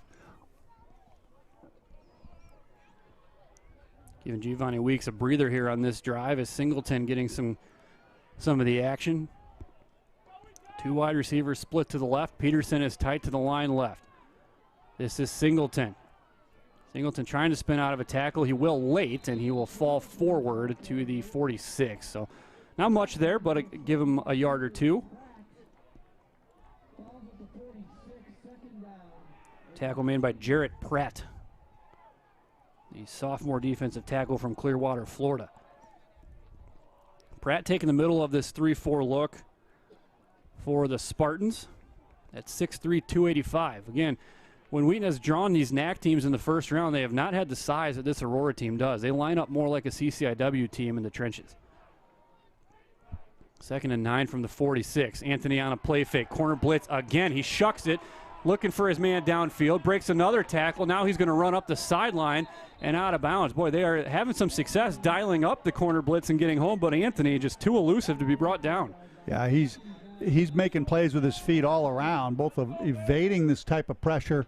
Pisecki again there with a free run. Another player there, the outside linebacker with a free run, and he's able to pick up a yard and keep it at 3rd and 7. They had Torini on a delayed deep route there, but Anthony couldn't quite load that one up. Wheaton really taking the air out of this clock here. Late in the second quarter, down to 2.5 minutes left here in the first half. Both teams with all 3 timeouts remaining. Trips left. Anthony faces a 4-man rush. Has it to Matthew Tucker, fighting for the chains. Not going to get there, but you have to assume Wheaton's going to go for it here the way they've had success running the ball. Yeah, it's going to be 4th and a yard here. And again, I think you want to, you're going to be punting into the wind. This has been one where Aurora's really clogged the middle. It's a bit of a risk. This is a situation. Jesse's a little more aggressive probably than Coach Swider used to be. Coach Swider likely would punt this with this kind of lead going into half. You just don't want to give them any momentum, especially since you're getting the ball coming out in the second half. 4th and a yard. Aurora has really muddied the middle of the field on these situations. Wheaton's had success going off tackle here. Play clock's at 5. Snap back. Luke with time. He's going to dump this one out to Torini running across the formation. First down, 35-30 and out of bounds down to the 26. They just run Torini all the way across the field for an easy pickup. And the risk pays off here. Now you've got a chance to go in and get a score. The key to this is, again, you're thinking if we get points here going into the end of the half, we get the ball coming out in the second half. That's 2 consecutive possessions without Aurora seeing the ball, and you can really take control of this game if you can get points here and then to start the second half. Minute 37 again. Wheaton has all 3 timeouts. As Anthony really taking his time diagnosing the Aurora defense. Play clock's inside of 10. Snap back, looking to his left. Has time to throw. Going to the corner, looking for Tucker. It's complete. Is he going to get there? He will. Touchdown, Thunder. Wow, great play there. And again, they ran what's called a smash route, where the outside receiver runs a short little route to occupy the corner, which gives your slot receiver a chance to run free on the safety and have a two-way go. But he's typically breaking to the corner. He does. The corner, very speedy, tries to get there. Doesn't get there quite quickly enough. Anthony with a great throw. Anthony having a great game today so far. And the Thunder put more points on the board. Looking at if they make this extra point, 42 points in the first half. Still a minute and a half to go, so the Thunder defense is going to have some work yet to do here. Good snap, good hold. Aurora not even rushing this time, and Gallagher pounds it through.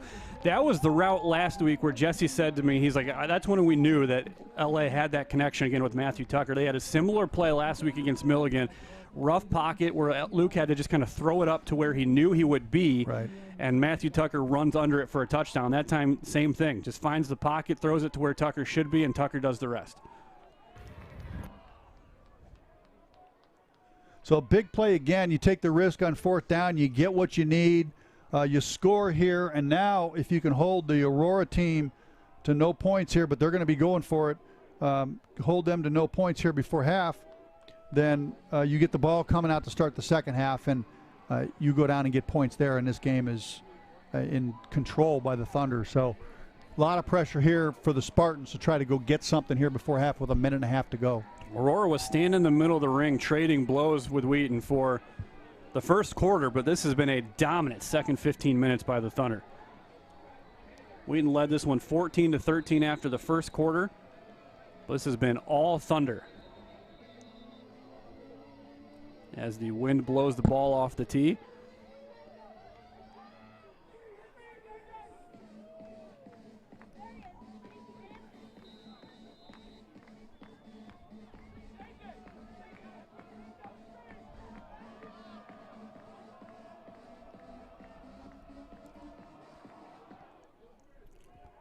High wobbling kick outside the numbers, and a fair catch called for by Martino outside at the 6. And we will see Zimbelman and company back out. Zimbelman in the first quarter was 15 of 26 for 155. He is 1 of 8 for 6 yards here in the second quarter. On the day, 16 of 34, 161 and 2 scores. Cam Moore has been his leading receiver with the 53-yard touchdown. Now, if you're the Thunder, again, you got your dime defense, the 3 down linemen, the extra defensive back. You've got what looks like 3 safeties here. It looks like Baker's in as a 3rd safety, and you're just going to keep everything in front of you. Empty backfield for Zimbelman on first down. 3-man rush, goes over the middle, looking for Madsen, and threw it off the helmet of somebody there in the line. Well, that counts as a deflection if you're a defensive lineman. Those guys don't get a chance to rack up stats that much, so they're going to take that was one. Holiday. Holiday got his left hand up just enough to tip it. He has so many deflections this year. There was one game early in the year he had 3 in the first half that were all huge plays. He's got 7 pass breakups on the year. That is that's a good number for a defensive back, but that's an exceptional number for a tackle. Yeah.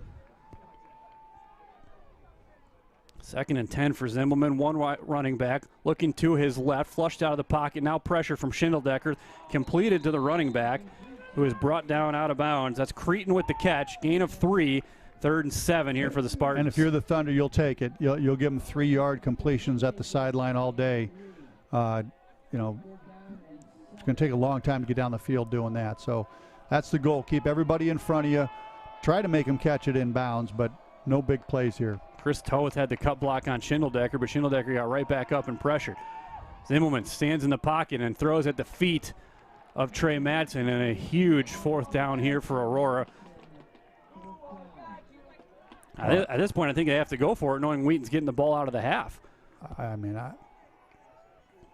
I don't know if that's a good idea. I would kick it, but, this might be another quick kick. You got Grodelution kind of cheating back here. There it is.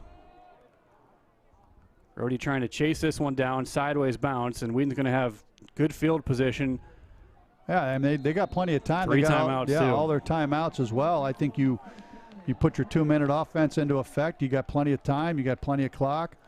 And you go try to get another one. I mean, you want to make sure going into half you have all the momentum, and then you get the ball coming out. This is a chance to really step your foot on the neck of the Spartans and not give them really any hope. And the Spartans, as you said, great job in the first quarter. Second quarter started to catch up to them a little bit. Not much of a running game. Zimmelman a little more struggle finding his guys. 3 timeouts, 63 seconds here for the Thunder. They will play fake off of Weeks on 1st down. Clean pocket for LA. And I was just going to throw this one into the bench. They had Terrell Brown trying to go on a double move, but into the wind, that's going to be a tough throw to make. And that is a tough move. Throw it away, live to play another down. I mean, Aurora is also going to be sitting back. They're not giving up any big plays here. They know that their chance here is to get into the locker room with where they're at now, try to get one stop, and then get this offense back on track. That's their game plan right now. They're not giving up any big plays. They're going to make Wheaton try to get 6, 7, 8 plays here, and hopefully they run out of clock. Watching that last defensive setup for Aurora, I'm not so sure the draw game wouldn't be a consideration here with Weeks in the backfield. Play fake, Anthony, time to throw. Going up the middle, the ball is tipped, and it falls harmlessly at the 36-yard line. At this point now, you got to run the ball, I think. You've taken a couple shots. They didn't pan out. That's the risk right there. You get a tip ball or some kind of big play, an interception that goes into the end, that goes the other way, and you give the Spartans life. Right here, you want the clock to run. And if you're the Spartans, if they don't get a 1st down, if they run the ball or there's an incomplete, you're going to use a timeout because you want to get another shot. You want as many shots as possible for that quarterback. Caleb Pratt got the deflection for Aurora. They will give to Weeks on 3rd and 10. Weeks breaks free, and a shoestring tackle is going to keep him from a 1st down. That is Christian Bauer who saves that one from going for big yardage for Aurora. Great tackle by Bauer there. If he doesn't get that, he's still running. A little surprised Aurora hasn't used a timeout here. They're letting the clock go. Wheaton's keeping its offense out there for now. Play clock is just starting, so if they don't call timeout, the half's over. Well, I would have expected Aurora to use that timeout there, and with the way their offense can move the ball, 40 seconds and 3 timeouts, plenty of time for them. Well, the timeouts are use them or lose them, but be content here to lick his wounds, go into the halftime, and try to regroup. This is going to be the end of the half. An impressive second quarter of action here for the Thunder.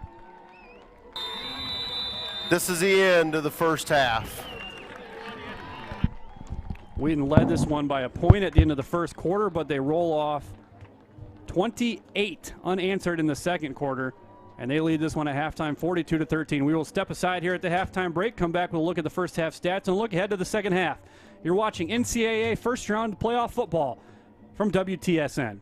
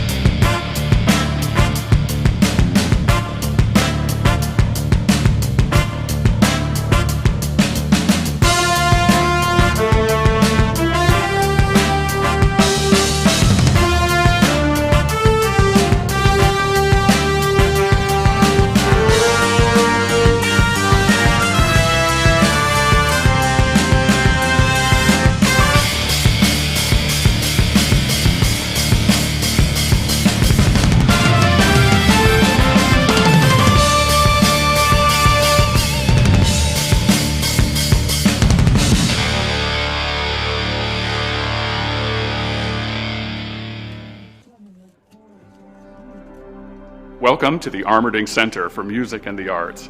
We are thrilled with the provision of this building for Wheaton College, as it allows for professional training, opportunity, and experience for students, faculty, and staff, for many guests who come to this facility.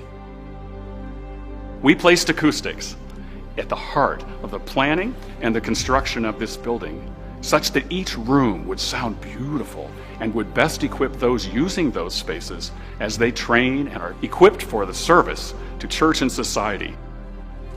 We are delighted that you are joining us and exploring the possibilities for you here in the Armerding Center for Music and the Arts.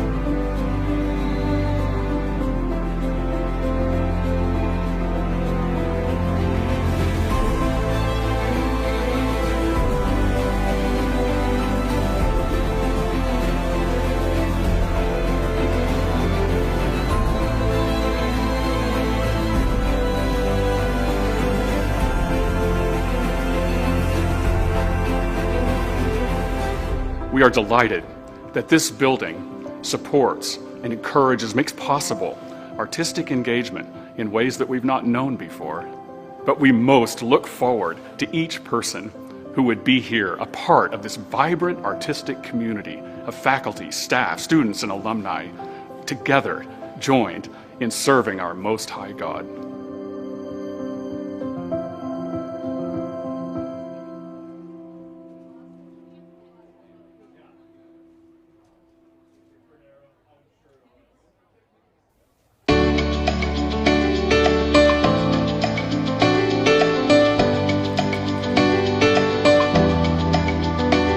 It's been as long a winter as I have ever seen, the kind that makes before December like a long lost dream.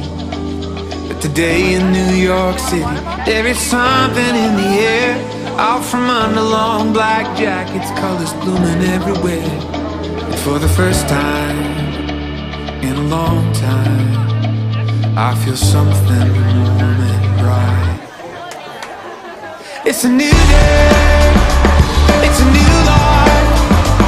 Feel the wind change, feel the sunlight. And tomorrow's brighter than it's ever been before.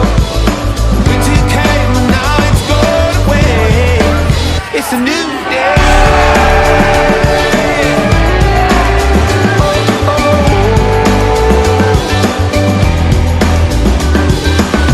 It felt electric to feel something again, to thaw out from the cold. It felt so permanent. Suddenly I remember the way things used to be. Lives pushing through the ice in shoots of neon green. For the first time in a long time, I feel something warm and bright. It's a new day, it's a new life. Feel the wind change, feel the sunlight. And tomorrow's brighter than it's ever been before. Winter came and now it's gone away. Best night of the year! It's a new day.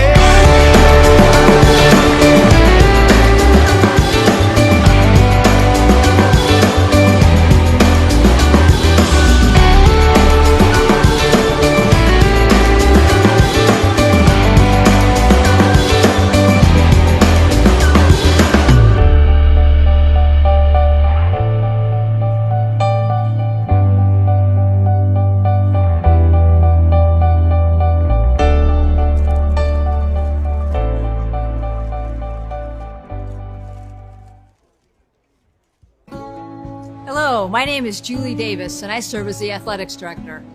Most of my time is spent on things related to budget, personnel, or facility development, or my personal favorite, cheering on our Wheaton Thunder sports teams. Right now, we are in the Krauser Sports Complex, one of the busiest buildings on campus. This is where you can come for free and work out in a beautiful weight room, or play pickup basketball or volleyball, or swim a few laps in the pool. The Krauser Complex is the home of King Arena, the competitive venue for varsity volleyball, men's and women's basketball, and wrestling, as well as the Leader House Natatorium, the home of our Thunder swim teams.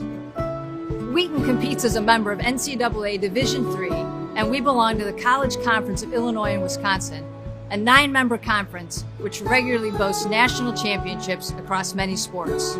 The mission of Wheaton Athletics is to develop faith, character, and leadership through competitive athletics.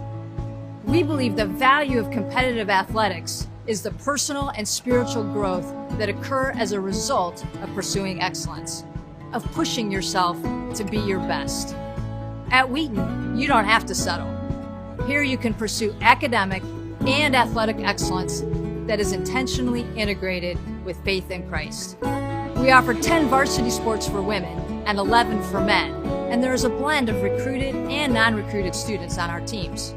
If you want something more recreational and less competitive, we offer club sports and intramurals also. One of the best things about Wheaton Athletics is the quality and commitment of the coaching staff. Wheaton coaches are trusted mentors and guides who are driven to help you achieve your spiritual, academic, and athletic goals.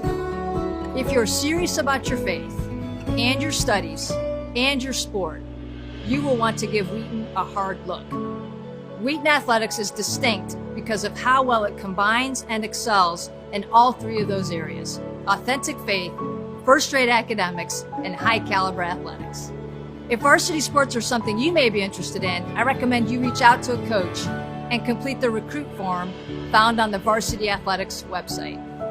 See athletics.wheaton.edu for a full list. I hope to see you real soon, either in a Wheaton uniform or using this beautiful facility for your daily workout. Welcome to Wheaton.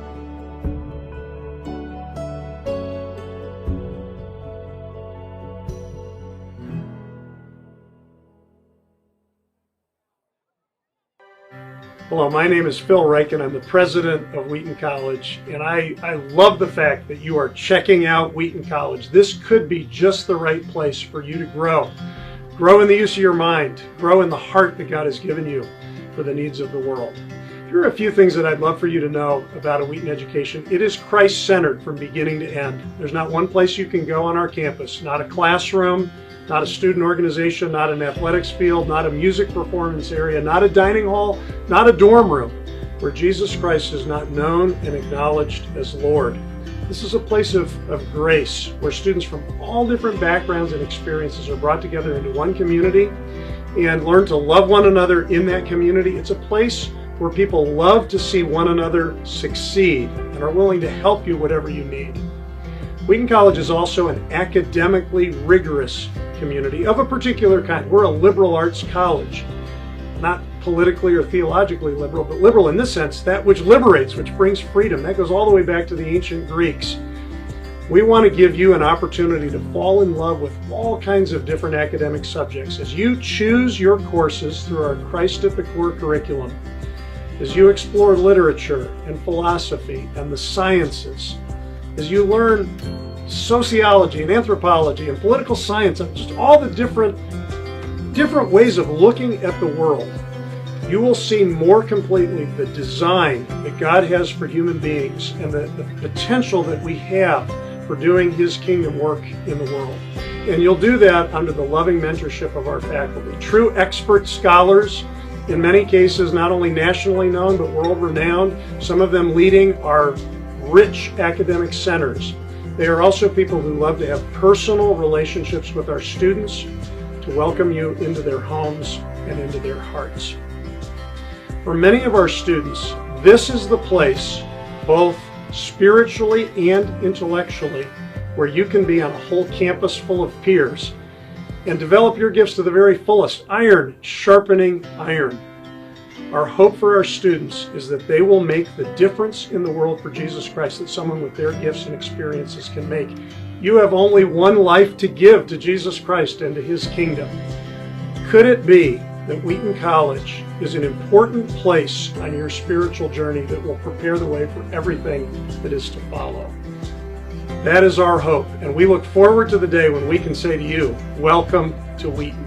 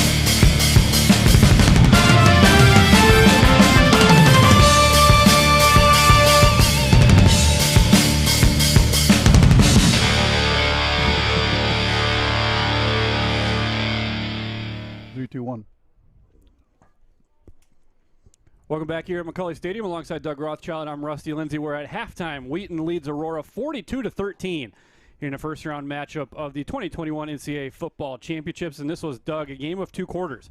Had a really back and forth, kind of a stand in the middle of the ring and slug it out first quarter, and then Wheaton just asserted itself for the final 15 minutes of that half and really turned this one into a one-sided affair. Yeah, to see the stats is really to tell the story. You know, the end of the first quarter, we talked about Aurora with 31 plays for 167 yards to the Thunder, just 16 plays for 136. It was 14-13 Wheaton at the time. In the second quarter, when Aurora had 167 yards in the first quarter, they finished the half with just 184 yards. So they just got 17 yards of offense on what is another 18 plays.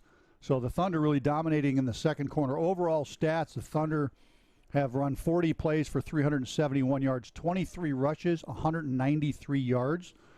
And the rest passes, 17 passes for 178. On the ground, Giovanni Weeks, another big game, 14 carries, 136 total yards, longest of 47 yards, 9.7 yard average.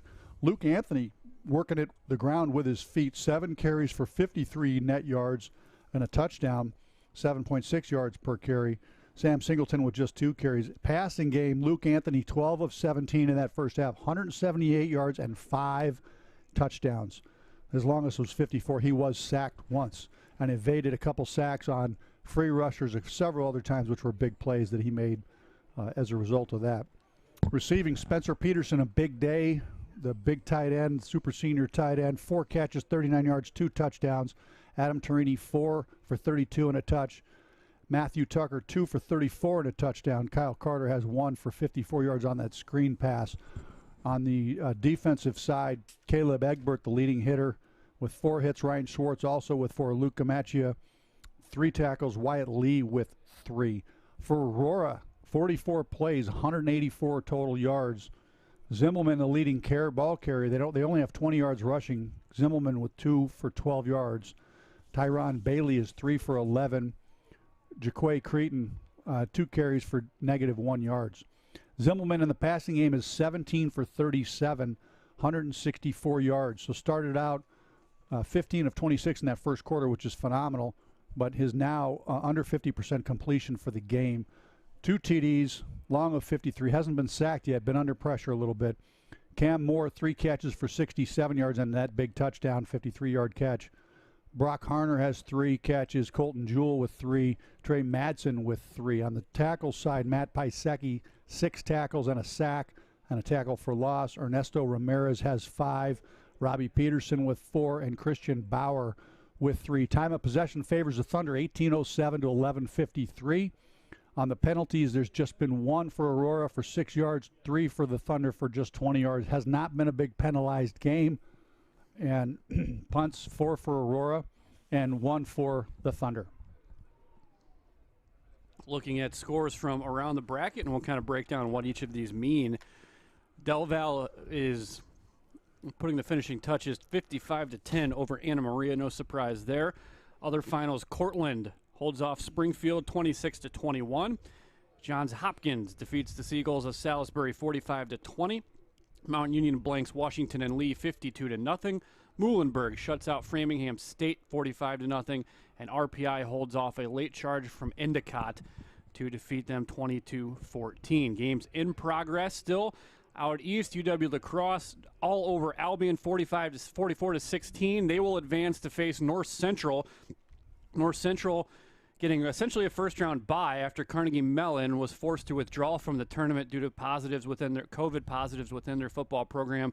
A heartbreaking end to their season and the career of their legendary head coach there. They were 4 hours into the bus ride out to Naperville before they got that news and had to turn it around. That is a devastating way to end a season and career for those seniors. Certainly feel for them. Other games in progress at halftime: Whitewater 28-7 over Greenville. Birmingham Southern 17-7 over Huntingdon. St. John's at half 27-8 over Lake Forest. Mary Hardin Baylor and Trinity, Texas are tied at 3, and Bethel scoring late in the first half. They trail Central 27-21 now out in Pella. Again, the winner of this game will get the winner of that one. Yeah, that's the one that if you're starting to look ahead, and you shouldn't until this third quarter gets underway, and the Thunder will get the ball first, and hopefully they can go down and do something with it. But that's going to determine if this second half is going to be a contest or not. But if you're watching a game, that's the one you want to watch. If Bethel's able to come back and win that game, more than likely the Thunder will host next week the second round. If Central holds on, Central is a higher seed and an undefeated team. Likely the Thunder, if they prevail here, will be headed to Pella, Iowa, which is about a 5-hour drive straight west from the western suburbs. If you're thinking about making that trip to support the Thunder, it's out there. Pella is a university just east of Des Moines, Iowa, off of I-80. Yeah, much like the Wheaton had so many super seniors come back and stick around and want another chance, that Central had the same thing. 15 super seniors for that Dutch team, an offense that's looked more like a video game offense than anything else all year. And they want a second shot at this Wheaton team, as they think that second-round matchup was not indicative of the way they stack up against this Thunder squad. That is a bigger and better team for Central, and if that is the second-round matchup, that will be a fun one to watch. Yeah, that'll be a big game for any of the teams that prevail, really, but it's a bit of a grudge match for Central. The Thunder have also come back. They have their eyes set on bigger game than what they got to last year with the bitter end of the St. John's game. There's all these seniors and super seniors. Central has the similar storyline. Didn't like how their season ended here at McCully Stadium last year or 2 years ago in the second round. So if those two teams prevail in these matchups, there'll be a lot of storylines out in Iowa. But there's still a half of football to play. The Thunder will get the ball to start it off here, and they want to continue where they left off offensively if they can. We'll keep you abreast of the other games going on as we go through the second half here. Wheaton won the toss and deferred, so they will get the ball to start the second half here. The sun poked through with about 5 minutes left there in the first half and has stayed out ever since. Much warmer out there with the sun out. Makes for a pretty nice November afternoon here at McCully Stadium. Kerr will boot this one right to left for the Spartans. Kind of pops this one up. Rushing forward is Braden Anthony, and he's going to collect and lower the shoulder, get what he can across the 25 to the 27. Tough when you let those bounce. A lot can happen. Do have a flag down all the way back. Looks like a place That'd where be it's an offsides. offsides. Yeah. I think you can just add that to the end of the run if you want. Yes, they will have the option to make them re-kick, or they can just take the 5 yards. Yeah, I think you take the 5 yards if that's the option. You've got decent field position just around the 30. Kicking team, number 29, Whitewater comes out of the half swinging. They add a score over the Greenville Panthers, 35-7. The score up there now. Now, Thunder, you just want to come back and reestablish what you have. Great ground game behind this just tremendous offensive line, powerful offensive line. Give the ball to Weeks. They've been running that buck sweep into the short side where the two linemen pull. That's what they're lined up with here. If you're watching that at the bottom of your screen, you watch Spencer Peterson, number 15, try to pin the edge, and then the linemen come around if that's what they're going to run here. 1st and 10 at their own 32 after the pin. One score we did forget to mention at halftime, St. John's 27, Lake Forest 8. First down gave us to Weeks right up the middle. Weeks trying to get to the outside. Dangerous power stiff arm, slow step, and has a first down run across the 45. Given all the Walter Payton's moves there, the high step, the hesitation, the stiff arm. Just great blocking. There's a wham block. You can see that Spencer Peterson comes up the middle and he gets the hit on Romeus. Romeus recovers off that block, comes back to make the tackle. Great play by him, but a 10-yard plus gain for Gio Weeks. Weeks closing in on the school single-season rushing record.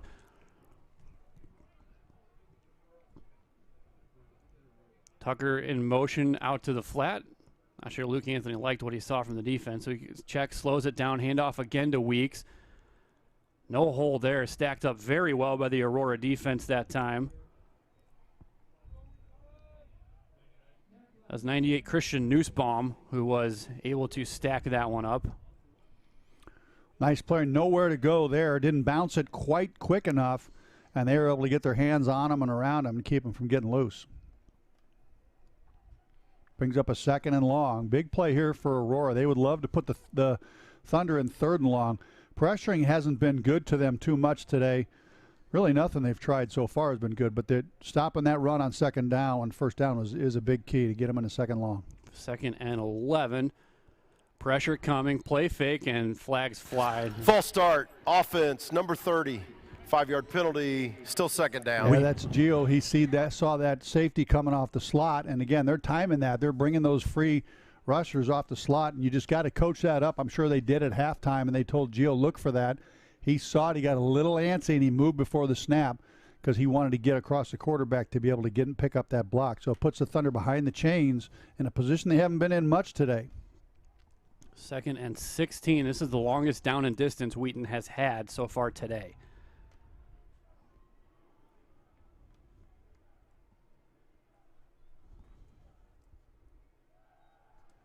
Anthony in trouble here on 2nd down. He will tuck it and run 40, and he got maybe a couple yards. They will give him out to the 43. Trying to set up a screen. They had it sniffed out. It looks like there's a screen there, and Gio just got swallowed up by one of the defensive linemen. There's nowhere to go with it, so Luke just had to take off running to get a few, and now they pick up 3rd and 12, one of the biggest down and distance for the game so far. Big play here for the Thunder as they come out of the 2nd half. They really want to try to convert. Aurora wants to get a stop. They get a stop, give their offense a chance to try to get back in this. 3rd and 12. That's Carter in the backfield on the left hip of the quarterback. He releases into the flat, well protected against 3. Luke Anthony now going to be flushed out of the pocket, trying to throw it up and into his own bench. And the Aurora defense with a big hold here to start the 2nd half as Wheaton will punt this one away facing 4th and 12. Great coverage. The Thunder, the strength of their offense is not in the passing game. Most of their great passes, it comes off of a running play. When their running game is successful, they've been hard to stop. It's a lot tougher for their receivers to get loose, especially against what's a really great Aurora secondary here. And they force a punt. They're going to get a chance. Way too far back, that punt returner, I can tell you that. Into the wind. Bickle with his heels on the 30. Although Bickle can boom it. And the wind doesn't seem to be quite as gusty as it was earlier. High spiraling kick, a little bit of wobble. Stand corrected right at it. And he fumbled it and falls on it, and also avoided the heat-seeking missile of Caleb Egbert there. Great punt by Bickle. He is one of the best punters in the country. He can boom it, and then he has the touch to be able to pin it in the corners to pin you deep. So huge field-changing punt there to put him inside the 20, and Gavin Zimmelman will have a chance to resurrect his team's chances here at the beginning of the 2nd half. Bickle, the transfer from St. Thomas. And first team all CCIW selection earlier this week. 1st and 10 from their own 16 for the Spartans. 5 wide to start the second half. Wind at their back as Immelman looks right on a quick hitter. Completed to Brock Harner, gain a 9, and that's a lot of what we saw early from the Spartans. I'm sure their coaches just wanted to, hey, let's get back to what we do. Let's get back to the timing routes, the short out cuts, the little hitch routes, the stuff like that is going to be good.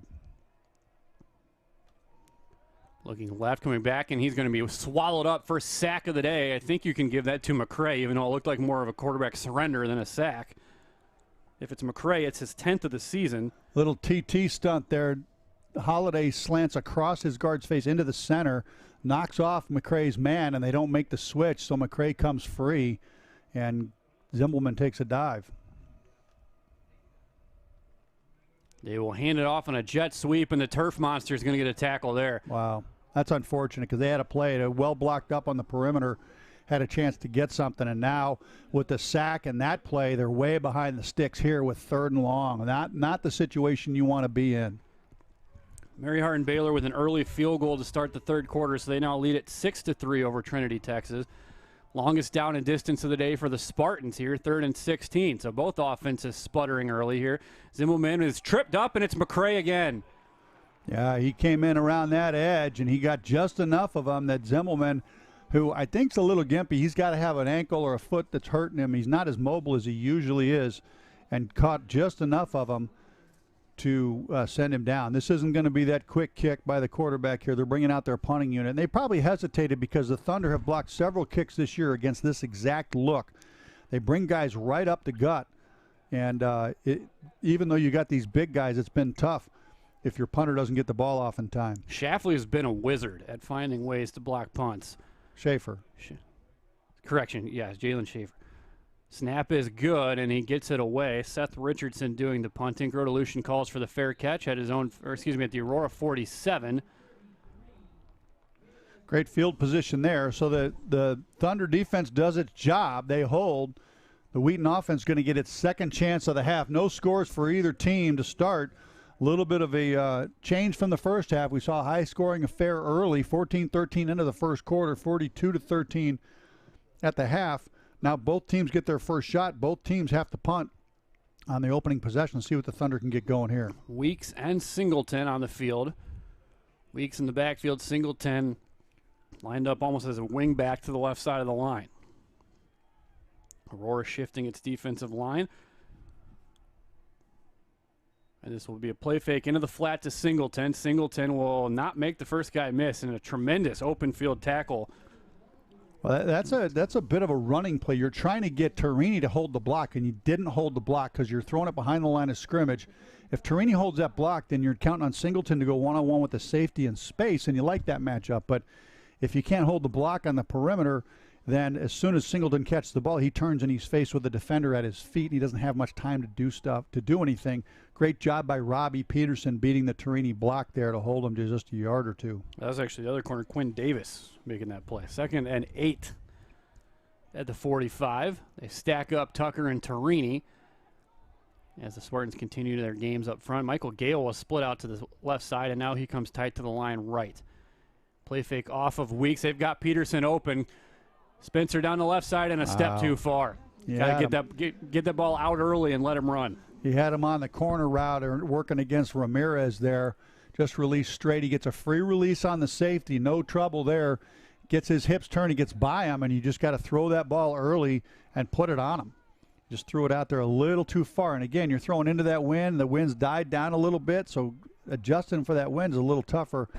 Again, like to see the Thunder rely a little bit more on the running game. Haven't thrown the ball much here in the second half when you've rushed for almost 200 yards in this game so far, and that is the strength of this offense. Terrell Brown split wide to the right. He's wearing number 6 today as Wheaton tries to avoid the double numbers with a smaller roster. Aurora blitz is picked up. LA can escape the pocket, has room to run across the 40, has a first down and sliding down inside the 35-yard line. Luke Anthony having a tremendous day, feeling the pressure and finding escape routes. Great job with his feet there. And again, the running game disguised as a pass comes to fruition here, and he gets that first down. He's got some really good feet. He's really fantastic in the pocket, avoiding pressure. We've seen that today. And when he does take off running, he's got a good feel for what he needs to do. So gets up a fresh set of downs for the Thunder. See what they can do as they knock on the edge of the red zone here, their second possession of this second half. Anthony now with about 65 yards rushing. Giovanni Weeks the lone back. And he will not get the snap. This is a pitch fake. Anthony again looking to run. Anthony with room, and a tackle made by Marcellus Ramius, who has been everywhere today. He's not going to outrun Ramius. Ramius is a great athlete. Again, was a defensive end to start the year. They put him at middle linebacker because he's their best playmaker, and he is one of the leading tacklers. Comes into this game with 52 tackles, including 5.5 for loss and a sack. He makes plays all around the field. Got tremendous range, tall, rangy guy out of Belleville East. Went to Belleville West High School here in Illinois. 2nd and 5 from the 28. I think they just had one, maybe two called runs so far on this first two drives here. I'd love to see him run the ball a little bit more. This is Weeks who gets the carry. Right, left, right again, spinning inside the 20. And he is down to the 18-yard line, again, a 14. Coming downhill behind that offensive line, you just see a great combo block from Gabriel and Hibben. Hibben chips off on the linebacker, and they're just so good at getting off onto people. And so you have to be able to defeat a block and make a tackle. And this offensive line is just so good in space, chipping off on defensive linemen and getting up to these linebackers. It makes it so difficult when your secondary has to support in the run game.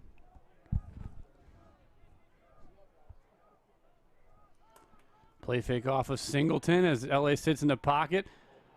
Rolling to his left, buys time, late flag comes down. That's going to be a hold against Paul Fay. Yeah, he grabbed him right at the end and turned his shoulder enough that the umpire saw that and is going to throw it.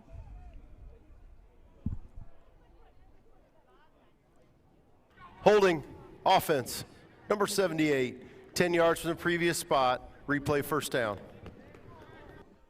Again, get yourself behind the chains here. I still wouldn't be afraid to run the ball. You still got a first down, plenty of time, and you're averaging 10 yards a carry on the run. So you pick up 10 here, you're in good shape. So you don't want to be afraid to run the ball just because you're behind the chains here. That's been an effective play for you. They will need the 7-yard line for a first down. 1st and 20 for the Thunder. 4-man rush, throwing on the out to Peterson, makes the catch and will not get away from the tackle. Ramirez makes the tackle, but a gain of probably 14 there as they continue to get Spencer Peterson a lot of work today. Yeah, this is Spencer's, in some ways his coming out party in terms of the big game. He's made some big plays and had some great moments so far in this season, but today he's really been dominant, and they've gone to him again and again. You got 2nd and 8. Here's where I think you just want to give the ball to Weeks here, and love to see the Buck sweep play again. Peterson tight to the right. They will give to Weeks. Weeks bounces to the left side. 10, angling to the pylon. Walk-in touchdown for Giovanni Weeks. Sometimes the game's just not that hard. If you got a great player and a great line, just let them do their thing. And Thunder did that, and here we go. So you got big lead here now, and make the extra point 49-13.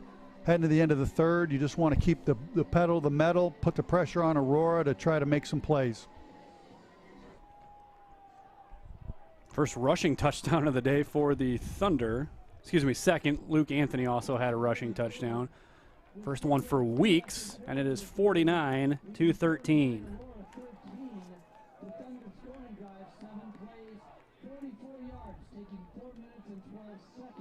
Officially a 14-yard touchdown run.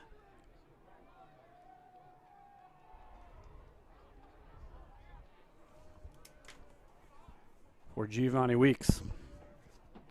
Whitewater continues to kind of ice that one away. A little surprising where that was at halftime. They've now run off 3 early scores in the second quarter, or to start the second half. 47-7 the score now. They lead Greenville. Rose Holman and DePaul. Wrapping up, DePaul was up 26-14 last I saw. They finished that off. Rose Holman scores late, but not enough. DePaul holds on 26-21 to defeat Rose Holman. That is the first game to go final on the left side of the bracket. DePaul will advance to face Whitewater. Fair catch called for at the 11. And Aurora will take over at the 25. Again, that DePaul-Whitewater matchup happening at the top of Wheaton's quadrant.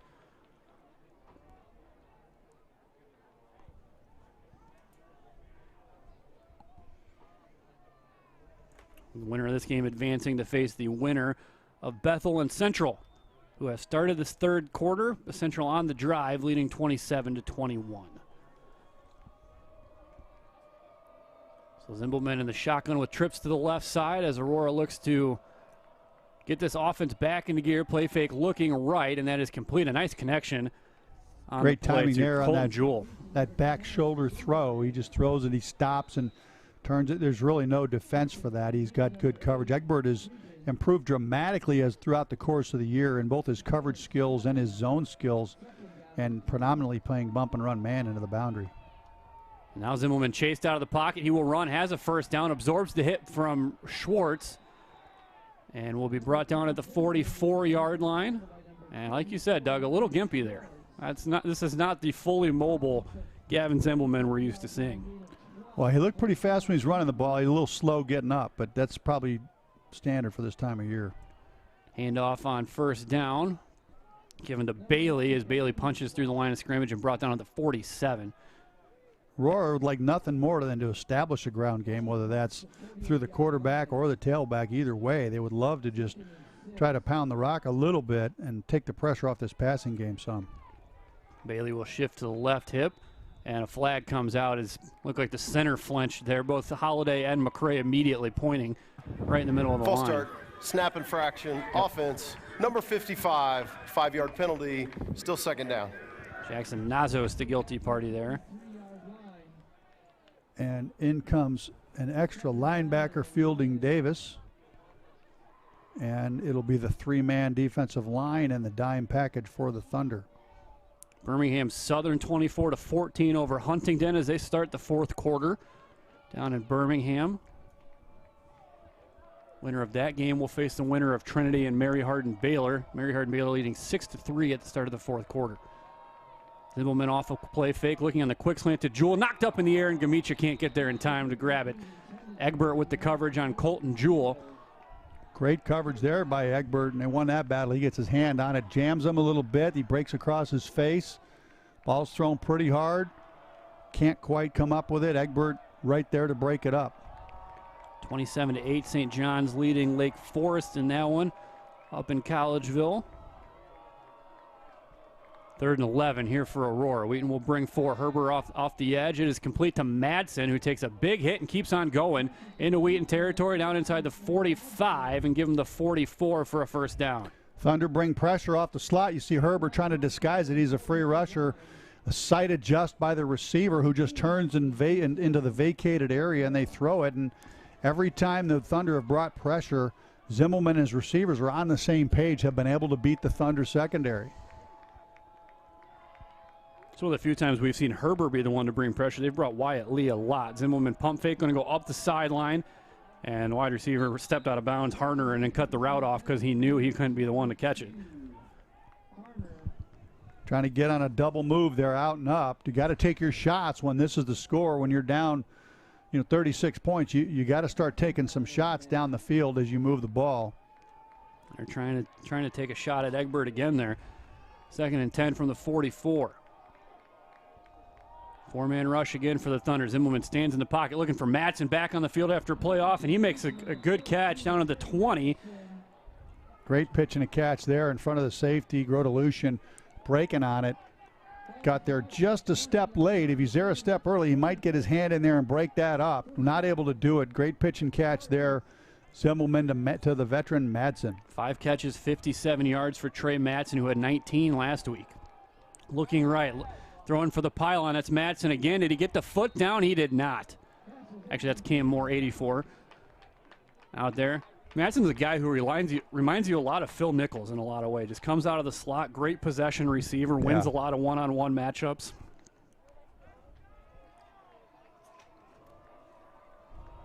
Going predominantly with the no back set here, trying to put the ball in the hands of Zimmelman, get it to these receivers. Trips right, twins to the left side. That's Bailey, the running back, slotted left.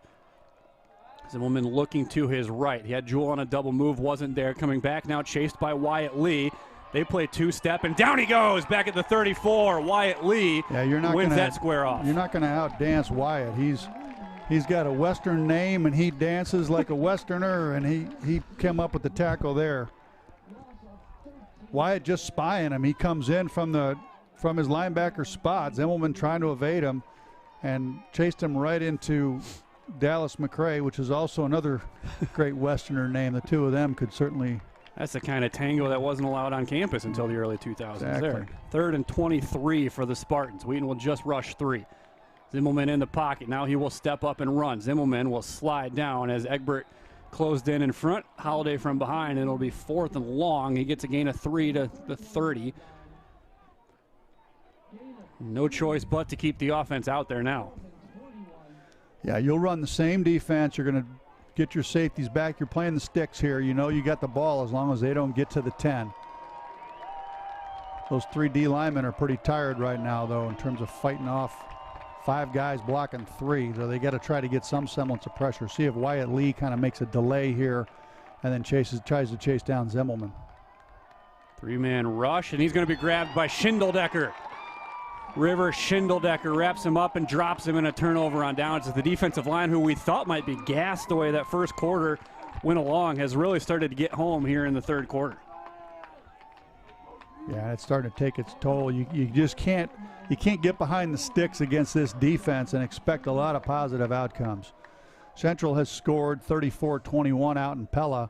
8 minutes or so to go in the 3rd.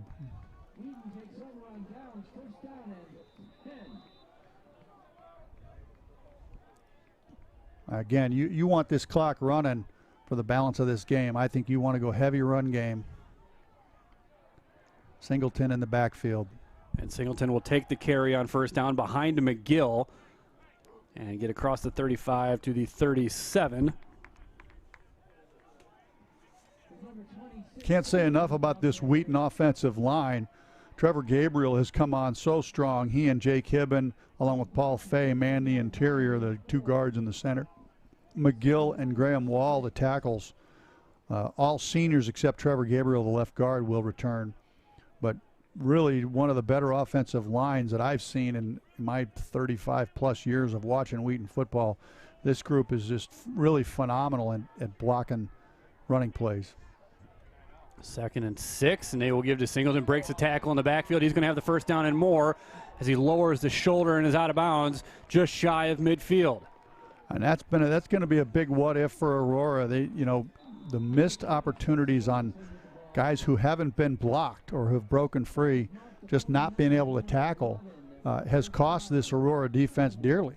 They're probably 3 or more of these touchdowns have come on drives where they had the Thunder dead to rights and just couldn't complete the tackle. And those are the what ifs that haunt you a little bit as a defensive player. But 1st and 10 here as he's shoved out of the 49. Delayed handoff. Nope, that's play fake. Anthony deep in the pocket, rolling to his right, looking for help. Throw it. Tuck it, and he'll be shoved out of bounds. That's Romeus again. He's trying to outrun, and he's just not going to outrun that kid. He's got a great athlete. He's going to chase down most players on this field.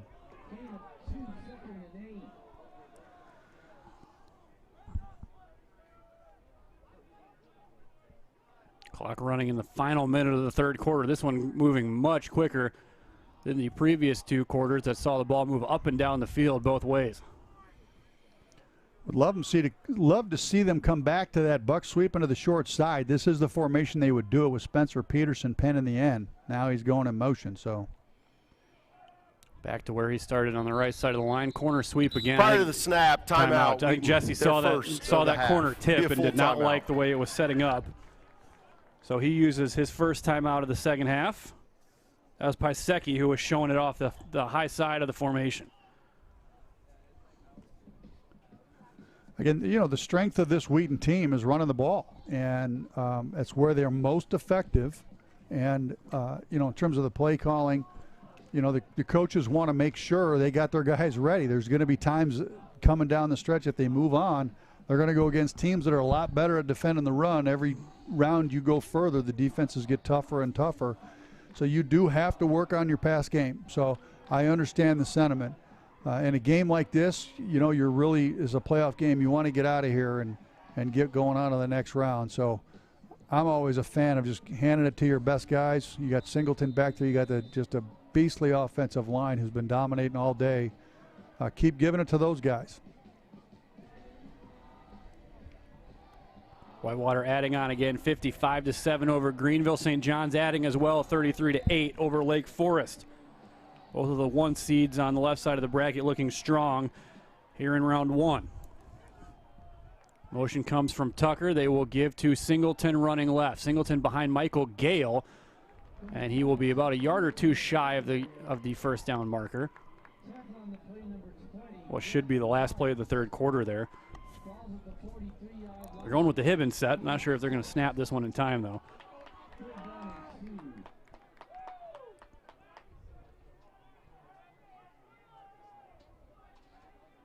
They will take this one to the break. 49-13. This is the end of the third quarter. After multiple scores in each of the first 2 quarters, the third quarter yields just 1 score by the Thunder to extend their lead from a 42-13 at half to 49-13. They have shut out the Aurora team since the first quarter and done just a tremendous job against a high-powered Aurora offense. And Zimmelman, who clearly not at his best, just from he's got some kind of injury that is limiting him, but he has been outstanding today when he's had time. This third quarter, the Thunder have started to get to him a little bit, and we'll see how things progress in the fourth quarter. You want both teams to get out injury-free. As you look at the quickie stats at the end of the third quarter, the Thunder have now run 55 plays for 464 yards, 34 rushes, 274, and 190 in the air. Luke Anthony is 14 of 21 for 190 and the 5 TDs. Giovanni Weeks now with 18 carries and 176 yards. 174 net yards for 9.7 yard average. Luke Anthony 11 for 75. Spencer Peterson with 5 catches for 52 and 2 touchdowns. Torini with 4 catches. Kyle Carter with 2. Matt Tucker with 2. Zimmelman 21 of 44 for 218 and 2 TDs. Zimmelman started the game 15 of 26 in that first quarter. Since then, he's 5 of 18. Give no play fake. Anthony going up the rail looking for Torini. Torini at the top of the route makes the catch. What an adjustment by Torini down at the 4-yard line. Wow, and he had Robbie Peters. I believe that's Robbie Peterson. Yep. Yeah, step for step with him. A little bit of tussling there between the two and their arms. Torini maybe gets away with a little bit of a push, but they're both pushing each other. The refs let them have it, but a great catch there to reach up and go get that to get you down to the 3-yard line. As good a ball as we've seen on the deep ball today. Wheaton's missed a couple, but Torini with a heck of an adjustment there. Could be that toss to Singleton here, coming to the left. Trips to the right side. Nope. Anthony going to lob to Peterson on the left. Touchdown, Thunder. That's just bully ball. And a flag comes down. I think they might get offensive PI. Spencer's still keeping the hands up. This might be defensive. Yeah, they're calling it. Well, yeah, defensive. Yeah, they're going to give them a touchdown. Say the defender never turned around to find the ball. So the college face guarding penalty. Pass interference, defense, number 3. This penalty is declined. The result of the play is a touchdown. 3rd touchdown of the day for Spencer Peterson, 6th for Luke Anthony.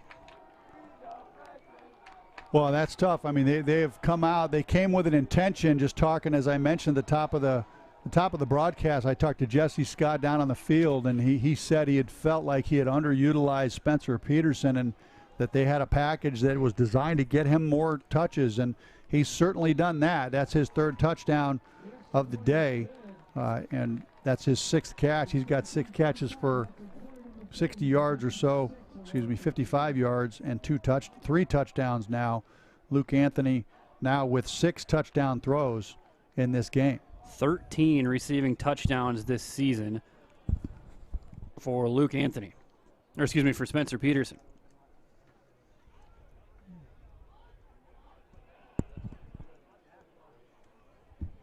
So you're into the fourth quarter. The Thunder with a 56-13 lead.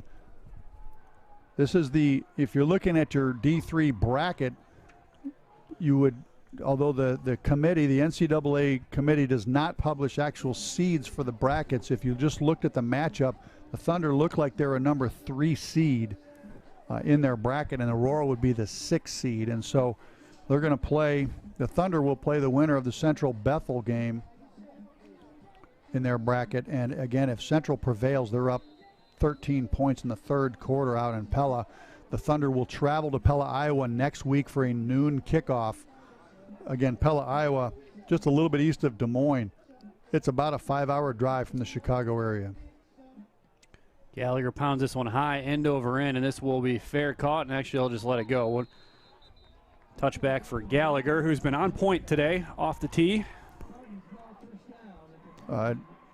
From those third quarter stats, again, the Aurora now has 15 rushes for just 15 yards total.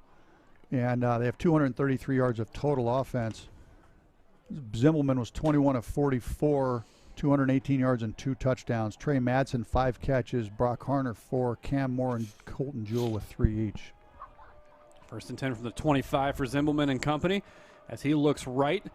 And he is going to be, look like Schindeldecker was going to get home. This is going to be thrown up and picked off by Schlafly at the 40.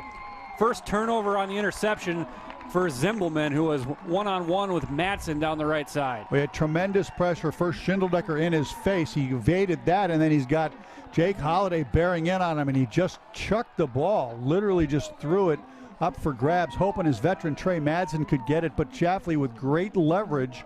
His technique was perfectly played. He's designed in that zone to keep his hips pinned to the receiver and to basically box him out, and that's kind of what he did.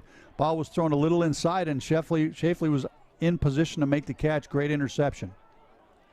First and 10 at the 39 to start this drive. We're going to see Jeremiah Tucker for the first time today. And he will give to Singleton. Singleton running behind Hibben on that sweep to the left side. Hibben decided to try to just split the 2 tacklers. And Singleton's going to get 6 on the carry. And I think Ernesto Ramirez, who I think was the safety coming up, is grateful that Hibben did not choose him. I think he tried to just take both of them and get enough of an alley that Singleton could follow him through there.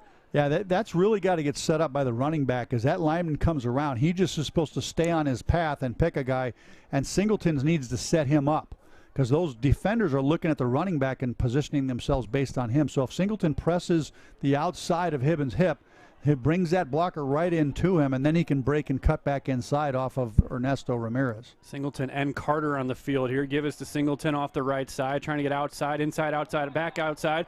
And he continues to break tackles all the way down to the 42. Give him maybe the 43.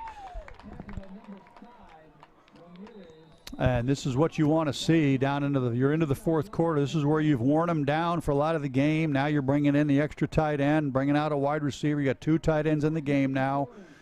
And you just want to keep pounding the rock here. Keep this clock moving.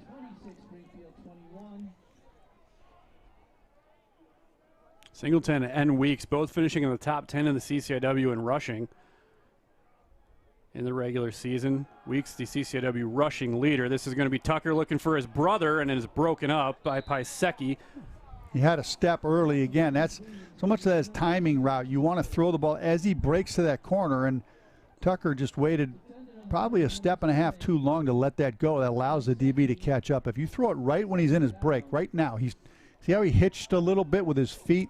That little extra time, you want to plant and throw the ball. That's what the play is set up to, throw it off that final step.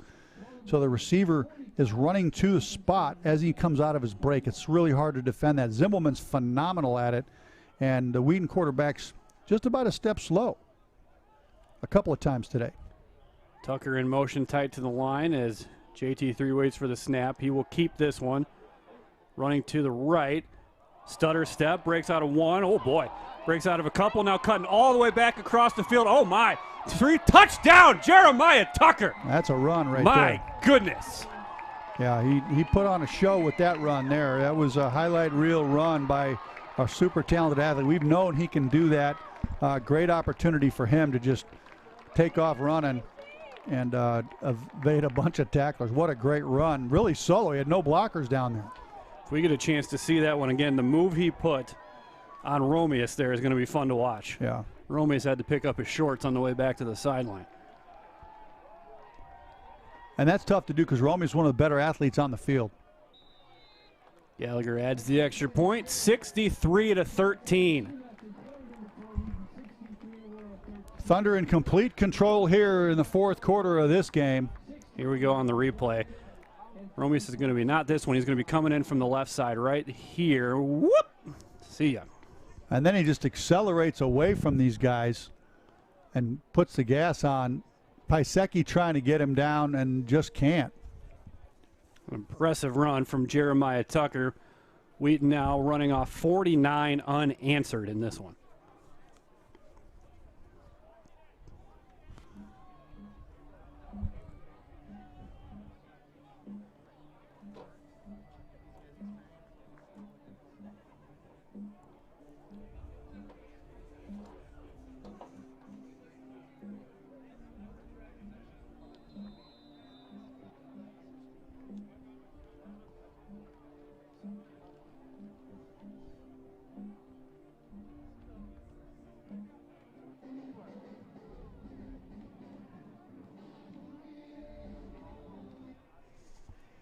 High kick again by Gallagher. This one will be 9 yards deep.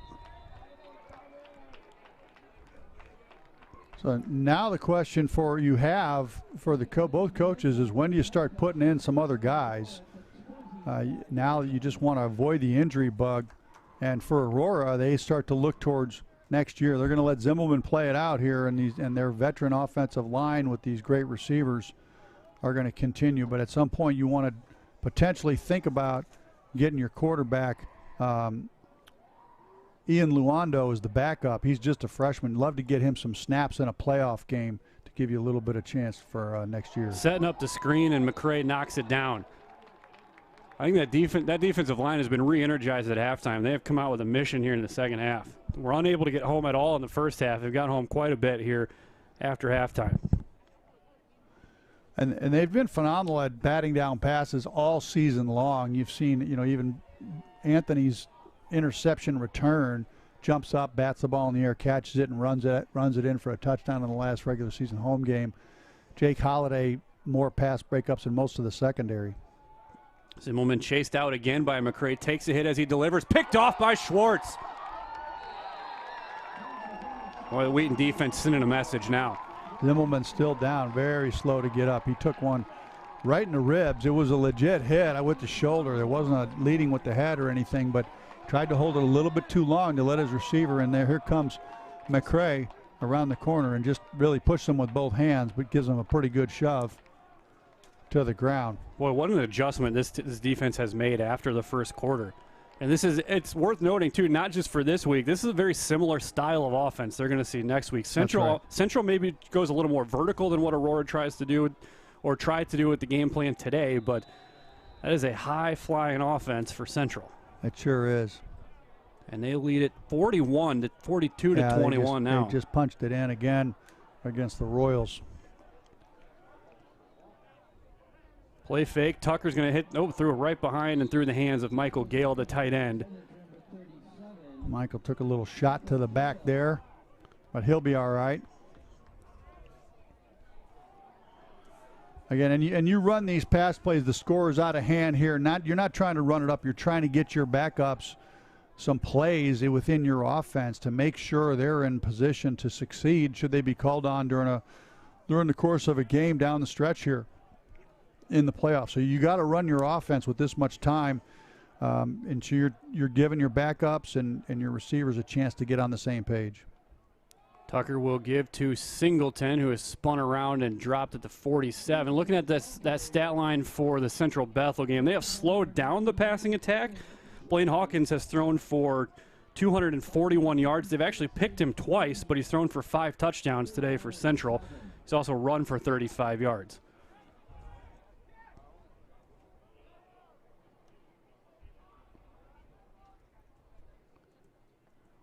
Still a pretty strong breeze at the Thunder's back here. 11:50, just under 12 minutes to go. Thunder firmly in control, 63-13. This game was 14-13 at the end of the first quarter, and the Thunder just have taken over since then. Ledbetter and McNeil stout to the right side along with the tight end. Empty backfield as Tucker drops back to throw. He will roll to his left, underneath and behind. Looking for Matthew Tucker. Again, he's open. He's open earlier in that route. You just got to anticipate that outbreak. He knows where he's going. He gets a little hung up there on the initial route. Stay patient. Keep your footwork. And now it's just tougher when you move your feet and you have to throw it moving to your left like that. It's just a tougher throw for you. And with the wind and all that, it's a little more difficult. If you just stay in that pocket and just be patient a little bit, you had enough time, and it's easier to make that throw. So the Thunder will come out and punt the ball again. Bickle on for his third punt of the day. His first one going in this direction with about this much field to work with was a beauty. The gunner just got lost and the ball bounced into the end zone. He drops this one again, has the backspin on it. It will bounce at the 2, and Davis can't get there in time. Just a little too much that time. Yeah, you're trying to kick it with the nose of the ball kind of angling. The down point of the ball, you want to be a little farther than the up point so that when it lands, it kind of checks up. If the down point if the top point of the football is ahead of the down point, it's going to land and kick forward, and that's what it did. It's super hard to do in this kind of wind. Bickle excels at it right there. He got a little bit of the wrong nose forward, and it kicked into the end zone. Whitewater sending a message here in the second half. They've run off 42 now just since halftime, 69-7 over Greenville as Immelman escapes pressure, drops to the running back Bailey, and Bailey will be tackled from behind, close to a first down. St. John's 41-8 over Lake Forest, and it looks like that game just going to the fourth quarter. And Whitewater will face DePaul, who has already advanced. A 5-point victory over Rose-Hulman. Zimmelman looking to his right. Steps up, delivers to Colton. Jewell makes the catch in traffic. Jewell running down inside the 40, and the big-bodied wide receiver carries that one down to the 38. Wheaton now, after the 2 turnovers, has their number 2 defense on the field. They had kept the ones in for both of the last 2 drives, but now they turn things over to the backups. So you've got Jackson Schmidt and Stephen Watson to safety, Schlafly and Levanchi the corners, Virgil Cannon fielding Davis. 2 of the 3 linebackers on the field as Zimmelman looks across the middle, looking for the running back Bailey, who makes the catch and is brought down at the 16. And as Aurora keeps its starters in the game, they're going to have a little bit of a field day with this second unit of the Thunder, who haven't gotten a chance to rep this offense and see it most of the day. Skakovac for Lita. There in the middle. Braden Anthony stays on the field looking up the sideline and incomplete, but a flag comes down. I think they're going to get Schlafly for pass interference there. His hands on him, and then he turned the wrong way. As you run with him, you'll see his hands are on him early. It's probably a good call. Brock Harner, the intended receiver. Holding defense. So holding, so the foul occurred before the throw is the difference. Holding So defense, 41. Half the distance to the goal. Still first down. Moves the ball down inside the 10. First and goal to go from the 8. Harner, Cam Moore, Trey Madsen. Now Moore will move to the left. Now Madsen and Moore will switch places. They went with a quick slant for a touchdown the last time they were down in here to Madsen, and they've got him lined up in the same spot here.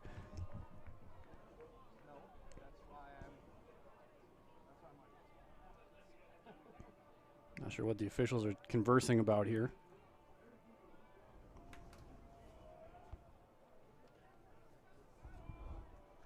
Again, 2 games starting later today. Linfield hosting Redlands. Previous foul was automatic, first down. Correction, that is the only 3 o'clock game today. That's starting at noon on the Pacific Coast.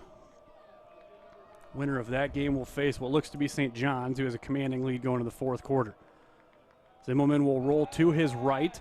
They flood the near side, and it's Cam Moore with an easy touchdown catch. So Aurora stops a run, 49 unanswered by the Thunder, as they find the end zone with 10:02 left in this one. And they're going to keep the offense on the field and go for 2. Not sure Wheaton has the right personnel on the field here.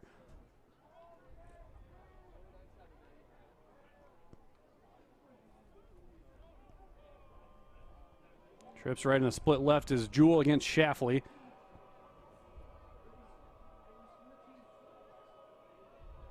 Looking to the left, one-on-one against Schlafly, incomplete, well defended, and too high on the back shoulder for Colton Jewell. Yeah, just a little too high on the throw. It was really about execution on the offense. If he keeps that down around waist level and just throws it out there, that's going to be a much easier ball, but he didn't really have much of a chance to go get that one. So now you probably put your hands team out here expecting an onside kick.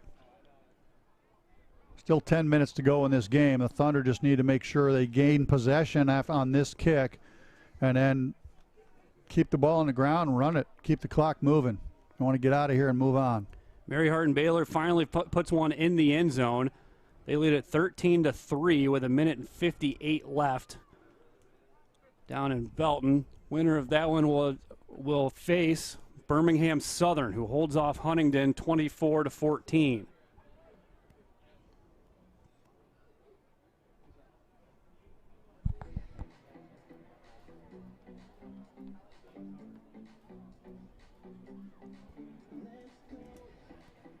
You got Spencer Peterson, you have Tucker, you have Grotelution, all in that second row.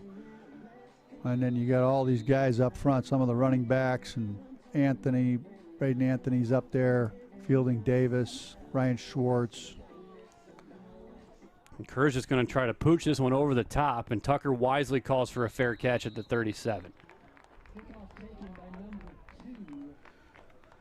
Just trying to throw the sand wedge over the top of the It's a scenario, as coaches, that's one of the things you coach up. You know, when they pooch it like that, you want to make sure they know to fair catch it. And when you fair catch it, they can't interfere with you. You have a free right to catch the ball, so you don't have to worry about getting hit. There's no pressure. Just get underneath it and catch the ball when you raise that hand for the fair catch signal. Little known fact, but on that situation, when the ball's popped in the air, to do that gives you all. Otherwise, if you don't, if your team hasn't been coached up on that, then they don't have to they can unleash on you and you're going to get hit. Bethel scores on the first play of the fourth quarter, so that one's going to have some drama injected back into it. 41-28 with a lot of time left in Pella. That's going to be a false start there, I think. Tucker. False start, offense, number 78, 5-yard penalty, still first down. Paul Fay getting called for the false start. So that offensive line left to right is Sam Rogers, Paul Fay,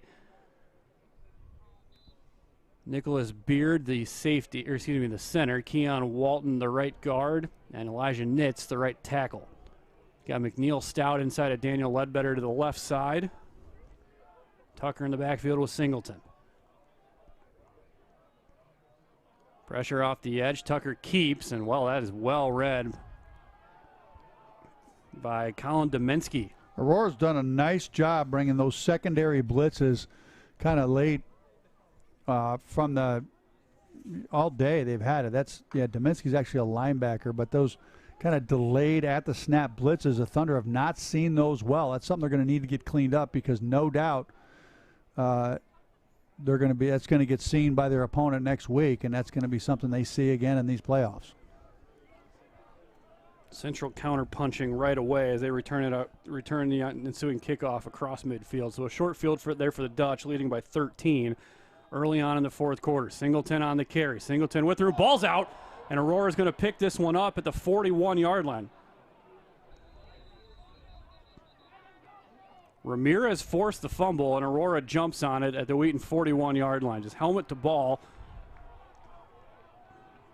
And that spoils what would have been a good run for Singleton. Yeah, just sloppy there, and that was on second down. They would have had a third and reasonable there chance to pick it up, and now you give this offense again another shot with a short field against your backup unit on defense. Big challenge here. Rob Stark, the defensive end, makes the pickup for the Spartans. And Don Beebe will trot out his starters again against this second unit for the Thunder. Trips right for Zimbelman and company. Jewel Moore trying to get a play clock reset, it looks like.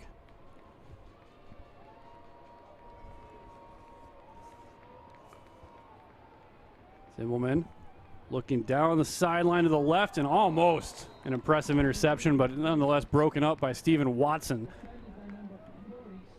Not a smart throw there. He's throwing that into a two-deep safety. He saw the receiver run by the corner, and I think he maybe thought it was man or some sort of other coverage, but safety just sitting there. If he hadn't thrown that as high as he did, that would have been intercepted. Again, the Thunder showing a two-deep safety here. Those guys will come off the hash quickly to help on the outside. 2nd and 10. As Zimbelman, under pressure with the pocket collapsing, throws it in, completed to Harner, who has the first down. That's been a really successful route for Aurora today, that little stick stop route. They've moved the chains a lot with that one. Well, it's just it's tough to cover. You start on an outside release, you step up, you throw the ball on time, which Zimbelman's phenomenal at throwing the ball on time to his receivers when his receivers get free releases. Central has answered with a touchdown, the 6th touchdown of the day for Blaine Hawkins. This ball completed to the running back, Wheaton. So Central leads at 47-28 pending the extra point, just inside of 13 minutes left. All signs there point to the Dutch putting that one away, and then they will likely host that game next week. 2nd and 5 at the 25 here for the Spartans.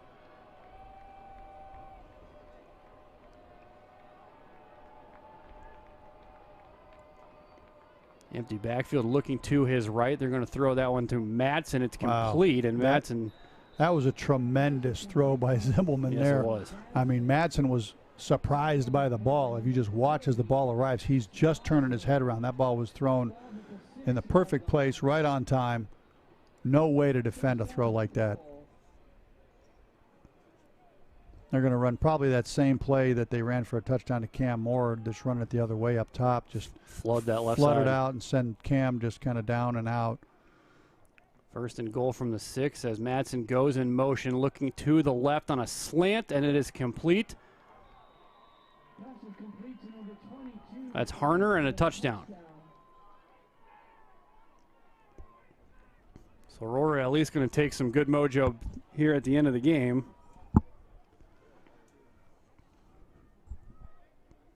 Going for 2 again.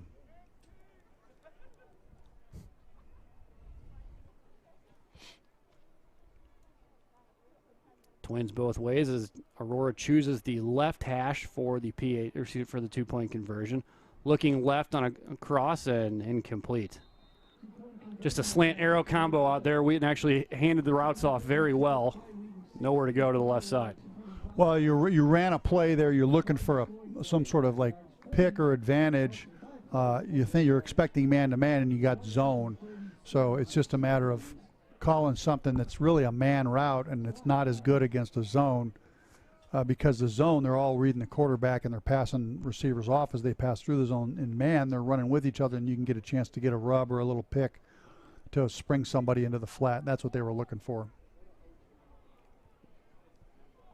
88 total points in this one. Aurora scored first. Wheaton answered immediately.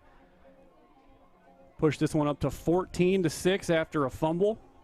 And Aurora came roaring right back down the field, scored to make it a 1-point game, 14-13 at the end of the first quarter. And then Wheaton 49 unanswered before the Spartans have put up back-to-back scores on the Wheaton number 2 defense here down the stretch in the fourth quarter.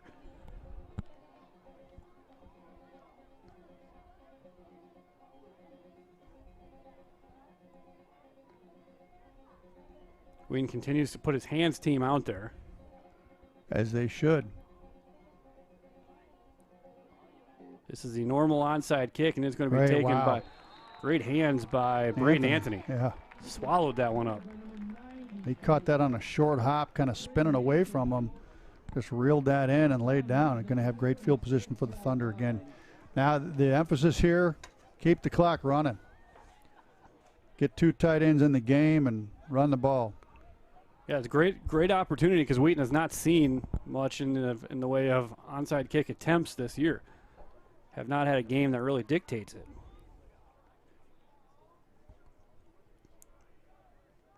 As Tucker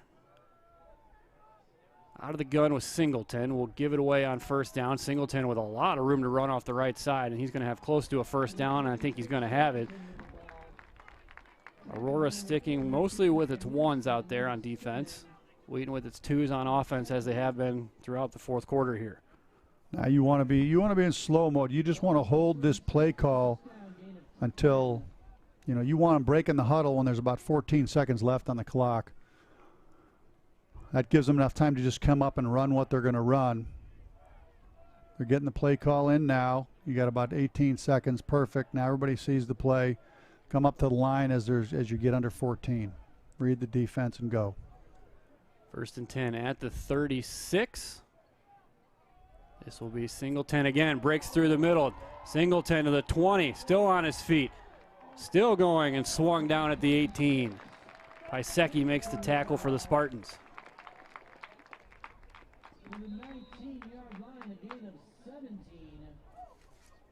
That should put Singleton over 100 yards rushing. So both he and Weeks over 100 yards. Luke Anthony's at 75 yards rushing today. The Thunder have responded to Don Beebe keeping his first team offense by putting his first team offensive line back in and just running the ball to try to run this clock out as best they can. So, again, get that thing under 10. Jack Allen will take this carry, angling to the left side. Allen with a stiff arm to the 10. Flag comes out in the defensive backfield. That's usually on the offense. Now they move it back. It's got to be a hold. Yeah, probably out on the perimeter. Worth keeping an eye on for next week because I doubt we're going to see him here, but Giovanni Weeks is just... Personal foul, face mask, defense, Oh. number 73. Half the distance from the end of the run, automatic, first down. Giovanni Weeks is 6 yards away. Well, he'll need 7 to break it, so 7 yards away from breaking Garrett Granberg's single-season rushing record. Granberg set that in 2008 with 1,371 rushing yards. Weeks right now at 1,365. And it's worth pointing out he did miss the Carthage game in which Sam Singleton ran for about 170 yards on 12 carries. You got no backs here. 2 tight ends. Big front. Heavy to the right. Tight end and then both 2 tight ends next to each other. Tucker's going to keep this running. Sweep to the left side. Tucker, ball's out again. Jeez, you got to be kidding me. And Aurora's got the ball at the 1 yard line. Oh, my gosh. Tucker upset with himself. Ramirez picks it up at the 1. Huh. Well, it's not the way you want to finish this game. Now you're going to give, presumably Zimmelman comes back out. This starting offense. Again, Wheaton trots out its second unit on defense. Yeah, Gabe McGill just kind of missed on the block out there. And that allowed Ramirez to have a shot at the ball. This is the number 1 offense still for Aurora.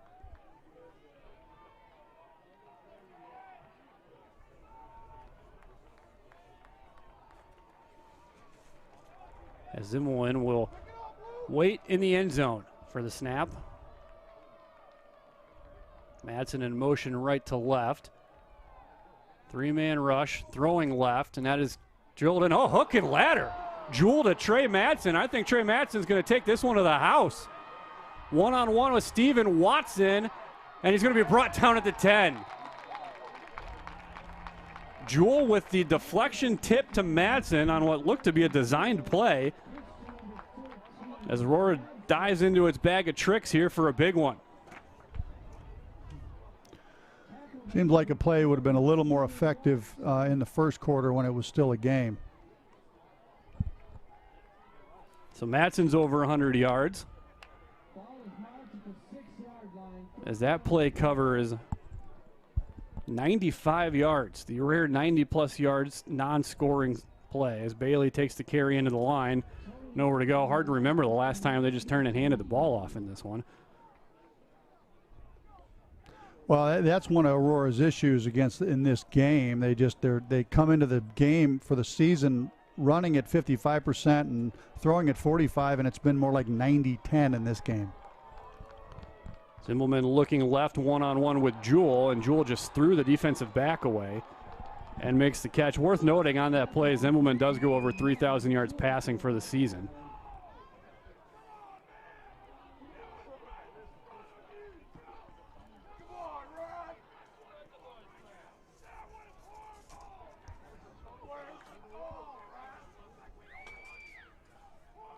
(63-31) as they now go for two.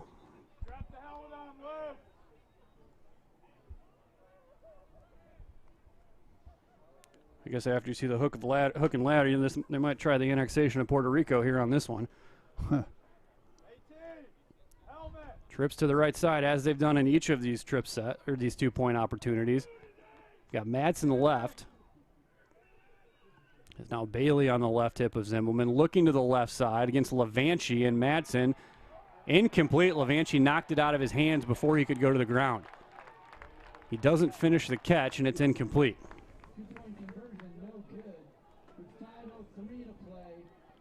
Well, I think that's 0 for 3 on 2-point conversions for the Thunder defense, or for the Aurora first-team offense against the Thunder second-team defense. Again, Hans' team will be out there. You want to secure this. You got right at 5 minutes to go in this game. Well, Don Beebe's a guy who's probably best known as far as his NFL career for a never-give-up play, and he's kind of embodying it by keeping the ones out there today. Beebe, for those that remember the Leon Lett mistake in the Super Bowl, Beebe's the guy who rushed back and stripped him at the goal line. Yep.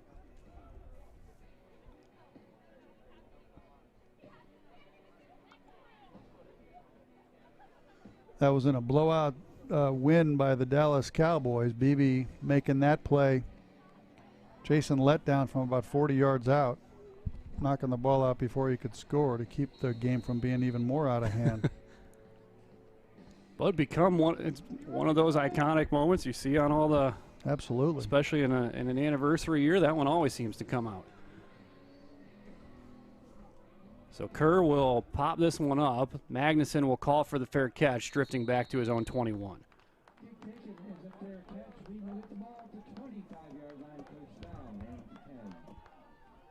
Now the Thunder goal here, they're going to bring their first-team offense back out on in terms of their offensive line. I'm sure Tucker will still be the quarterback. He is. And Singleton the back. And they're going to probably try to keep it on the ground and make sure this Aurora offense does not see the field again. That would be the goal here. And you probably need, without timeouts, you probably need 2 or maybe 3 first downs to be able to do that. This is where you see these NFL guys have started adding the analyst that has the clock sheet there. You get the ball, how many first downs do you need to run it out? Central has tacked on another one, 54-28 against Bethel, so they've kind of secured that one. So 2 of these late touchdowns by Aurora have come off Thunder turnovers. They have no one to blame but themselves in that situation.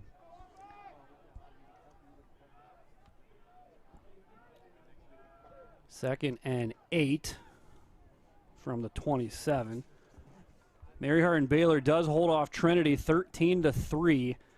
The final down in Belton. So the Crusaders advance. They will likely host Birmingham Southern in round 2. Second down handoff right up the middle, and just wrapped up is Jack Allen.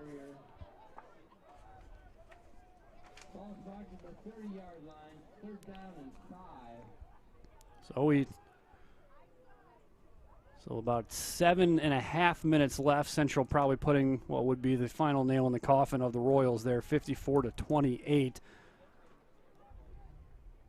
And really sets up the matchup that they've been looking forward to for a long time there in Pella. 3:40 to go as play clock down inside of 10 on 3rd and 5 for the Thunder. Tucker takes the snap. Aurora brings pressure, picked up well, climbs the pocket. Now he evades to the right side, has a first down and more, 40-45. Makes another guy miss, refusing to go down. Jeremiah Tucker. Stay in bounds. There you go. Wisely slides down at the 39-yard line. Making some plays with his feet, Jeremiah Tucker. 2 big plays, his touchdown run, and then this one. Just about had a third when he fumbled going into the end zone to give Aurora the ball.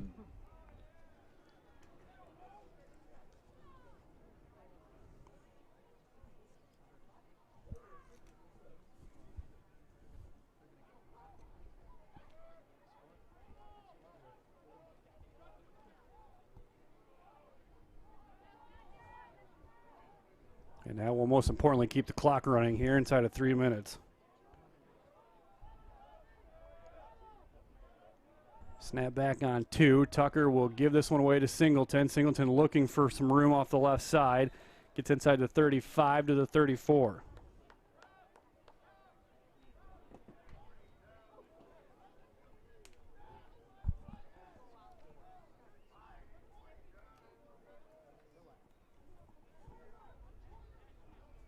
So Gio Weeks with 174 yards on 18 carries. Singleton with 84 on 11. Luke Anthony 75 on 11. Jeremiah Tucker 74 on 4. What's all that add up to? A lot.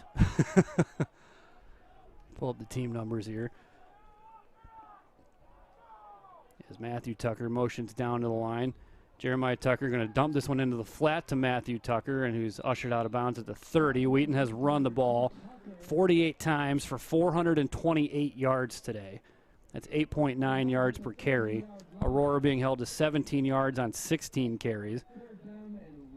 Zimmelman's 31 of 58 for 444 yards. Most of which is... Yeah, 226 of that coming in the fourth quarter. Against the Wheaton backups. So he's had more in the fourth quarter than he had the previous 3. One more first down should do it here. Tucker's just going to plow this one ahead and put the ice on it. Wheaton can kneel it out now with 1:45 to go. Chains move. And Jesse Scott can call his favorite play now. Victory formation. Well, Beebe does have 3 timeouts.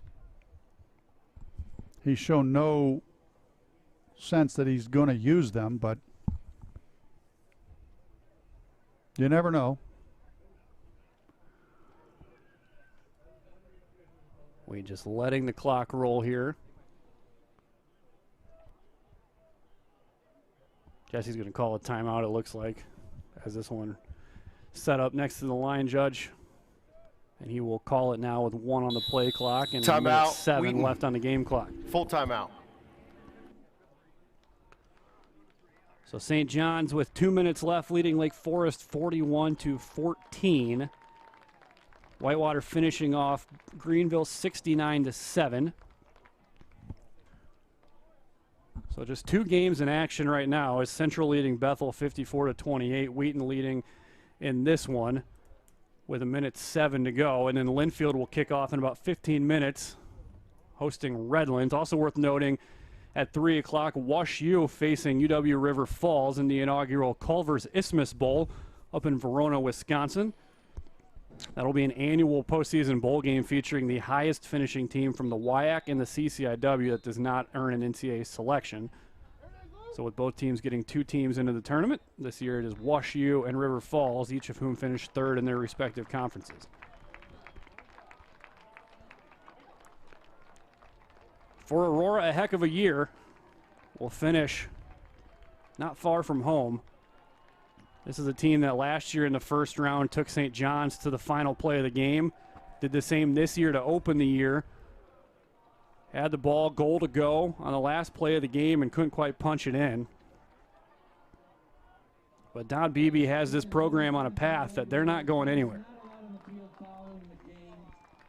As the final kneel down, and that will end it. 63-31 our final. The final score not quite doing the justice of the dominant effort put forth by the Thunder today, but they will survive and advance. And they will ready themselves for a high-flying Central attack next week out in Pella, even though Bethel has scored again with 5.5 to go, but trailing 54-36 following the PAT, so, or 35, excuse me. So a lot of work to do. It looks like it's going to be Central and a very fun matchup next week in Pella. Yeah, again, it's a matchup that certainly the Central team has been looking forward to. They've wanted to avenge their performance in the playoffs from 2019.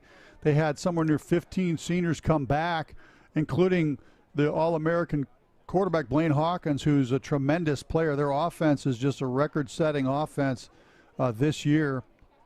And they all came back because they felt like they had unfinished business. And for them, that's going to be all eyes have been on a chance to amend or avenge the lopsided loss they had here at McCulley Stadium in 2019. They're absolutely focused on this game next week that they'll get to host out in Pella. Pella, again, a little bit east of Des Moines. If you're thinking about going and you're a Thunder fan, it's about a 5-hour drive from the Chicago area, 300 and so miles, just maybe a little bit more than that. But this has been all about what Central's come back for. On the flip side, the Thunder have unfinished business. They have all come back. Many super seniors and seniors have come back. This is a huge, heavy senior-laden squad, the Thunder are, that have come back because they feel like they have unfinished business. And looming on their side of the bracket, after including Central, would be teams like Whitewater and St. John's and Linfield, all of which they would have to get back to. And if things played out and the Thunder were able to run the bracket, which is going to be a very difficult task, they would have the opportunity to potentially face North Central. North Central will have to get through places like Mount Union in the Stag Bowl. So the Thunder have a chance to avenge their most recent losses in North Central and St. John's if things play out the way they hope. But to do that, they're going to have to go face a really, really high-powered and determined Central squad on their home field. That will be a hostile environment. It will be a tremendous game to be out and be a part of. Quick look at the final stats here. Zimbelman finishes 31 of 58 for 427 and 5 scores. Madsen, their leading receiver, 6 catches, 150 yards. A lot of it coming on that pitch and run there. Jewell, 6 for 80 for the Spartans. Their leading rusher was Ty Bailey, 5 carries, 15 yards. For the Thunder, Luke Anthony, 6 touchdown passes, 16 of 23, 233 through the air. He ran for 75 yards on 11 carries today and 1 touchdown. Adam Torini, 5 catches, 72 yards and a touchdown. Spencer Peterson, 3 for 55 and 3 scores. Matthew Tucker, Geo Weeks, each with a touchdown catch. Geo Weeks, 18 carries, 174 yards and a score. Sam Singleton, 11 and 84. Jeremiah Tucker, 5 for 77 and a score. And Luke Anthony, 11 for 75 and 1 touchdown. So pretty good day here for the Orange and Blue. And again, that game next week, noon kickoff out in Pella. Thanks for tuning in. Our thanks to our outstanding production crew today with Sunrise Communications. For Doug Rothschild, I'm Rusty Lindsay. Again, you can keep an eye on the Wheaton Athletics website for more information regarding next week's matchup. Our final score today, Wheaton 63 and Aurora 31. You've been watching NCAA playoff football on WTSN.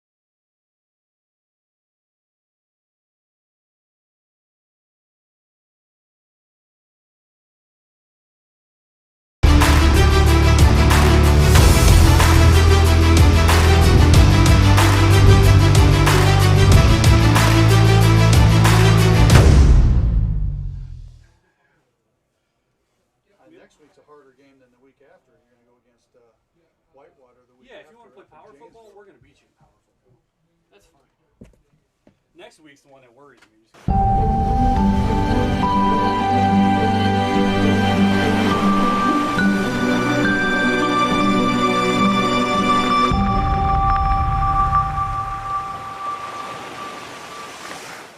Bethel's matched them, like statistically, it's a wash. Yeah. So if Bethel can run the ball the way they did, and if their quarterback's not, Bethel's quarterback isn't that good, so if he's thrown for almost 300 yards, right. My worry is they're going to see that and go, oh, Luke can throw for 300 yards. No. That needs to be one where you run the ball 45 times,